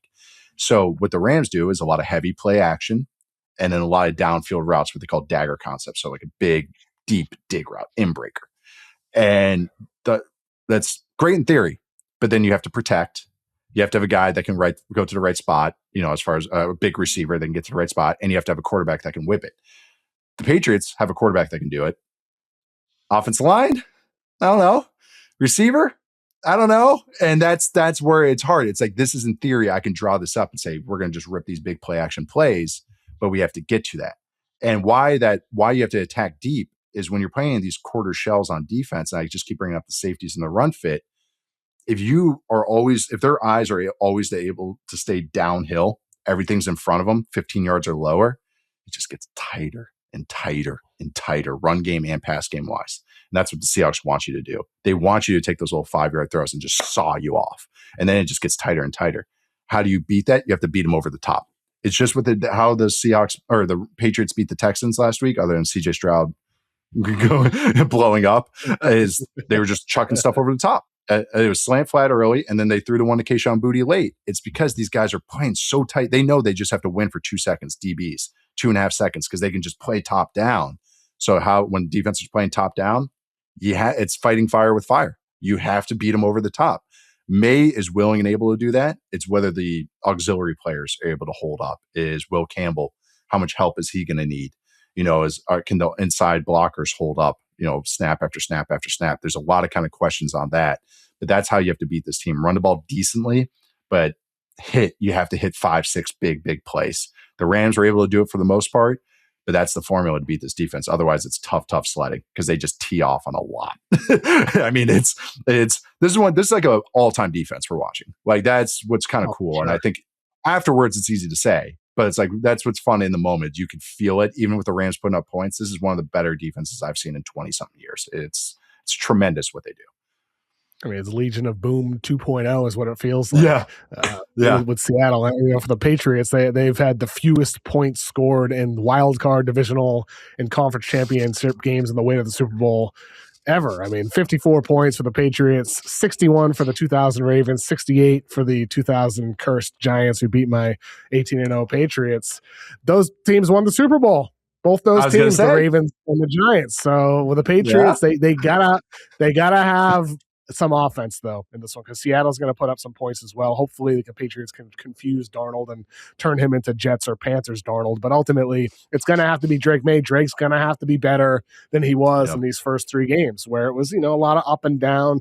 He was not good in this most recent game in the AFC Championship game. The weather is a big factor there, but even prior, I thought he was missing on a lot of throws, missing short, it felt like a lot of the times. And last week, it just felt like he had a hard time reading the pass rush as well. Will Campbell getting beat as well, as you said, is he going to need help? But if Drake May can hit some deep throws, Patriots, they get a shot. They get a shot in this one. I hope it's an amazing game. I can't wait. February 8th. I'm very, very excited for the Super Bowl. I know you'll be out there in San Francisco for that as well with some of our Yahoo Sports NFL crew. Let's talk a little bit of NBA as well, because you're a big Minnesota Timberwolves fan. And hey, they've lost 5 games in a row. Very disappointed.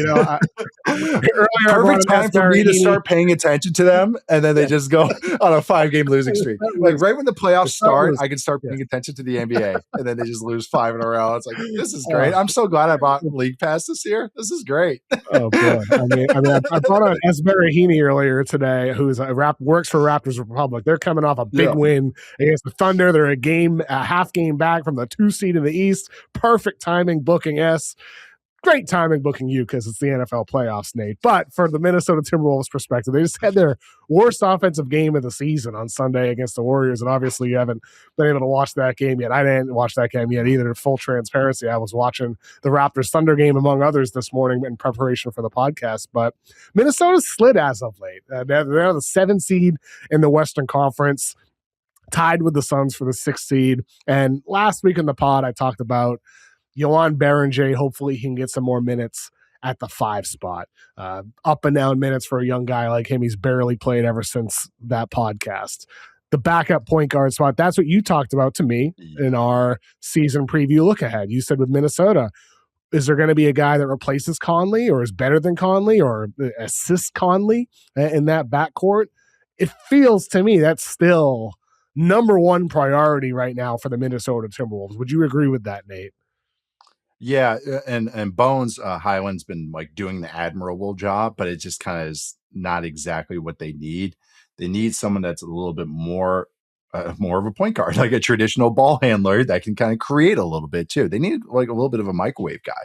That's what they were hoping Dillingham would be, obviously. And Finch just like, I can't play this guy. And it's been, but that's the Dillingham thing has just been something I've just, okay.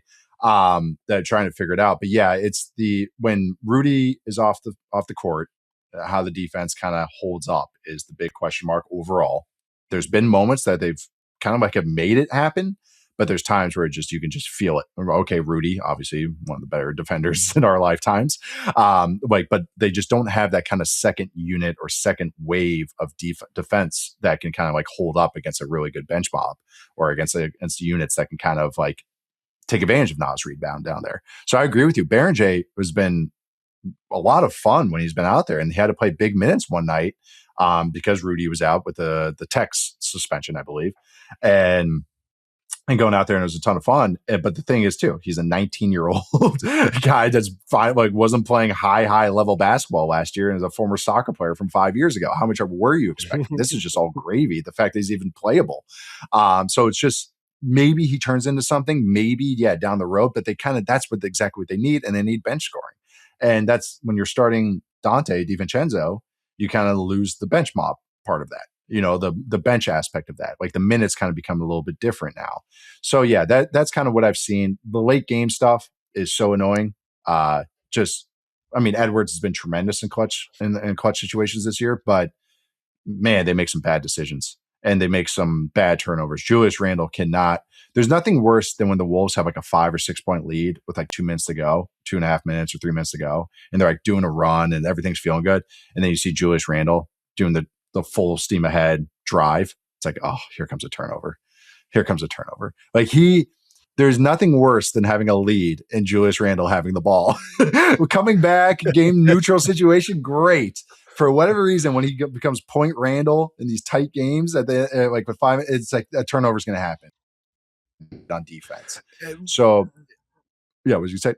I mean, Randle, it's just like sometimes he's amazing. Sometimes he's the most frustrating player in all of sports. It's like I just don't understand it with him. Like he's an All NBA one year with the Knicks. The next year is like, get rid of this guy. He's terrible. It's just been the Julius Randle experience forever. It's been like that since college at Kentucky. Yeah. I was an anti-Randle guy entering the NBA because I was like, this guy is a aloof, just unaware defensive player. He does not care.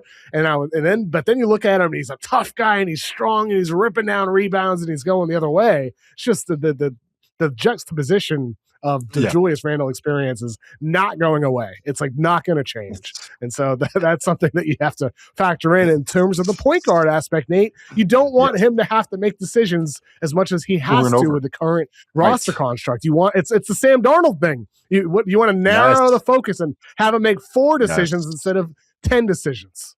Correct. I love that he can be a ball handler. Like that's great. You take some weight off Anthony Edwards, which they need to do. If you watched obviously you did, but the general fan, if you watched the OKC series, that was the big thing. It was like, oh man, like how they just basically made Anthony Edwards cold based on like I happen to be off ball and everything. So it's great he can do that, but it's just more of a tool to have as opposed to build the whole freaking plane out of it.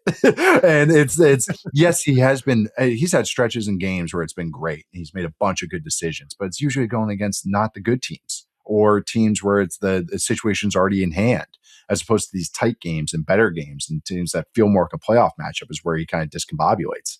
So he's a little, I don't know if he's less or more frustrating than Cat. They're both frustrating in different aspects. About equal. Let's just be honest. They're about equally frustrating. Knicks fans finding that out too with Cat. Oh, I was waiting for that. It's like, I get it. He's coming home, all this stuff, and like, no offense to Cat or anything. It was like, just wait. Wait until he fouls out like in the third quarter of a game or of a really pivotal game, and we'll see how frustrated you get with that. Just wait for that. The moment recently that pissed off Knicks fans, it was like a week and a half ago or something like that. I don't know if you saw this, but he fell down. And he was very slow to get back up. He started kind of like slightly jogging, kind of like the Patriots defensive lineman going on the field. Started to get back, and he didn't. The ball got kind of bounced out to him. He wasn't in position to grab it, and then the opponent scored, and then he finally was back. But at least New Yorkers don't care about grit and hard workers. At least they don't care about that at all. That isn't what they like cherish about these recent Knicks teams. It's just how they outgrind everybody. Crazy. It is. No, it's the Wolves. Both those guys. Oh, I know. I guess still obviously because that trade got DiVincenzo and all that stuff. So it's like, I liked it for the Wolves as it's gone along, but Randall's been so much better this year than maybe I felt about him last year. After his injury last year, he was so much better. And I think even watching him this year, there's been so many stretches where I was like, wow, you're really cleaning things up. But then he kind of jinxed it. Like a month or so ago, he's like, man, I don't know who can beat us. And then they lose 5 straight. I think it's literally after he said that. So it's like one of these things. It's like, Julius, man, just everything's going right. Just keep coasting on this. Come on, like you don't have to do this. I want to say is they won with Edwards and Rudy out, and that's when he was like, I don't know who can beat us when we're playing like this. And then and then they lost 5 straight. So yeah, I know. Just foot and mouth. That's the Timberwolves. So earlier in the podcast, Es Baraheni mentioned how he thinks, Kobe White, all the rumors around Minnesota going for him, that they should 100% be going for Kobe White from the Chicago Bulls. And I think like a Conley plus Dillingham type of package for Kobe White. I think that would be perfect. How much do you know about Kobe White? How much have you looked into him as kind of a fit for the Wolves? It's been a while because I just remember as a prospect more than anything. But no, I that's exactly what they would need. I mean, it's just a guy that can be a balanced guard, as I would put it, which is complementary with Edwards. That's what's nice about how Anthony plays right now. Anthony, like I know him, but like how he plays right now is that, like I do think his game gels well with whatever type that he plays with. You know what I mean? Like he can do the off ball move around stuff. Like he's been better as a ball handler and stuff. I think his mid range game has been excellent. Like that's been a really cool aspect with Edwards and why am I blanking on his name right now? Jay McDaniels. Is that like their mid range game has been really nice. But I think Kobe actually is a great fit for that. I like that way better than the other names I saw. John Morant, or even I don't know if the Trae Young thing was ever real, but like John Morant got rumored too, and I was like, I don't like that fit as well as I do with Kobe White, who has kind of just. Would you describe him as a combo guard? I'm trying to like even just like for how sure. He's a combo guard. I mean, he can shoot off the catch. He can cut to the rim. He can run a little bit of pick and roll. He can play make or score. I mean, I think he's the perfect complement to Ant. I mean, I think maybe a little bit more playmaking would be nice, but I don't think he can't do that. He's toggled between scorer and playmaker in recent years in his career. He's really emerged as a 20-point per game guy for the Bulls. So I think it's probably the best that they can do as well. He's an upcoming free agent. Yeah. You might not retain him, but at worst as a rental for the remainder of the season to try to make a finals run, Kobe White for a Dillingham plus Conley type of package, I think that's a no-brainer for the Wolves that they end up with the best offer on the table for him. No-brainer. And think it's just all the fun lineups you can run with that, because now you get, I don't know. I've always been a theory in basketball. You have to have 3 of everything on the court, 3 guys that can handle the ball, 3 guys that can shoot, 3 guys that can score, 3 guys that can play defense, like one-on-one, 3 stoppers, I should say, types. Like that's just kind of my theory of basketball. And so like when I think with the rest of their lineup, they need this type of guy. They need a guy that can be, I keep using the word balance, but combo, that's why I asked you combo might be the best term, but a balanced guy that can do a little bit of everything, because Edwards can do a little bit of everything. So depending on the game flow, depending on the matchups, these teams only have so many guys they can guard, and if you get these lineups with all these guys that can shoot and run and handle, like that makes it a little bit more exciting to me. And I honestly too is like I think too, like he's not very long, is he? White, if I remember off the top of my head. Is that he's not an impactful defensive guy. He's just fine, average, right? subpar sometimes. He's just fine. And ultimately, that's how I kind of know. He's not going to help the defense. So it's still going to have to be on Rudy to save everybody. Right. And then that leads to another conundrum with Edwards, locked in Edwards. I know this is the classic thing, has had some real incredible moments on defense this year. The OKC game, the end of that game, when they beat OKC last month, he's been so handsy this year, blocks and steals, just stocks that he's just racked up. But that's the thing, is he still has lapses. It's not like I'm calling him an ace or anything. I just think he's more like a solid defender now that can get some impact plays. But then if you have him, White without a little bit, and then what if DiVincenzo's in, they could score, but also there's certain lineups against them that could kind of be the issues. That would be my only knock, I guess, against this. But I think offensively, which is what they need, this is a great fit. He can handle a lineup when Anthony has to rest, all these types of things, and just do everything that it kind of needs to fit in. He can kind of be like a Diet Coke Anthony when he's not in there as well. So I don't know. I like it. I actually knew that was a rumor, but I didn't know how real it was because I'm unplugged from the NBA for 2 more weeks. And then the Super Bowl ends, All-Star game happens, and then I just crank it up. And that's my NBA knowledge. We got the NBA trade deadline on February 5th, the Super Bowl on February 8th, All-Star weekend that Friday in Los Angeles. So busy couple of weeks. Nate, of course, check out your show with Yahoo Sports over on YouTube and with all the podcast apps as well. Anything you want to plug? Oh, man. Yeah, just Football 301. I'm writing, what am I writing this week? Oh, we got mock draft this week. Do you have some draft stuff recently? I think I saw something. Of course. Right? I know. A draft segment every the pod, and I'll be doing my draft guide at some point. Okay, because I love watching. I love reading prospects for every sport. It's one of my favorite things. Not just football. I read basketball every single year. Prospects. I baseball as well. The Mariners have the most, guys in the top 100. So I gotta top my Seattle Mariners farm system. But I'm excited to read because I know this is such a juicy draft class. So I'm excited to read your stuff right now. But right now, for me, Football 301 got the mock draft coming up, and then plenty of Super Bowl content coming up next week. Thank you, Nate. Appreciate you so much for joining me today, man. Fun crossover episode, man.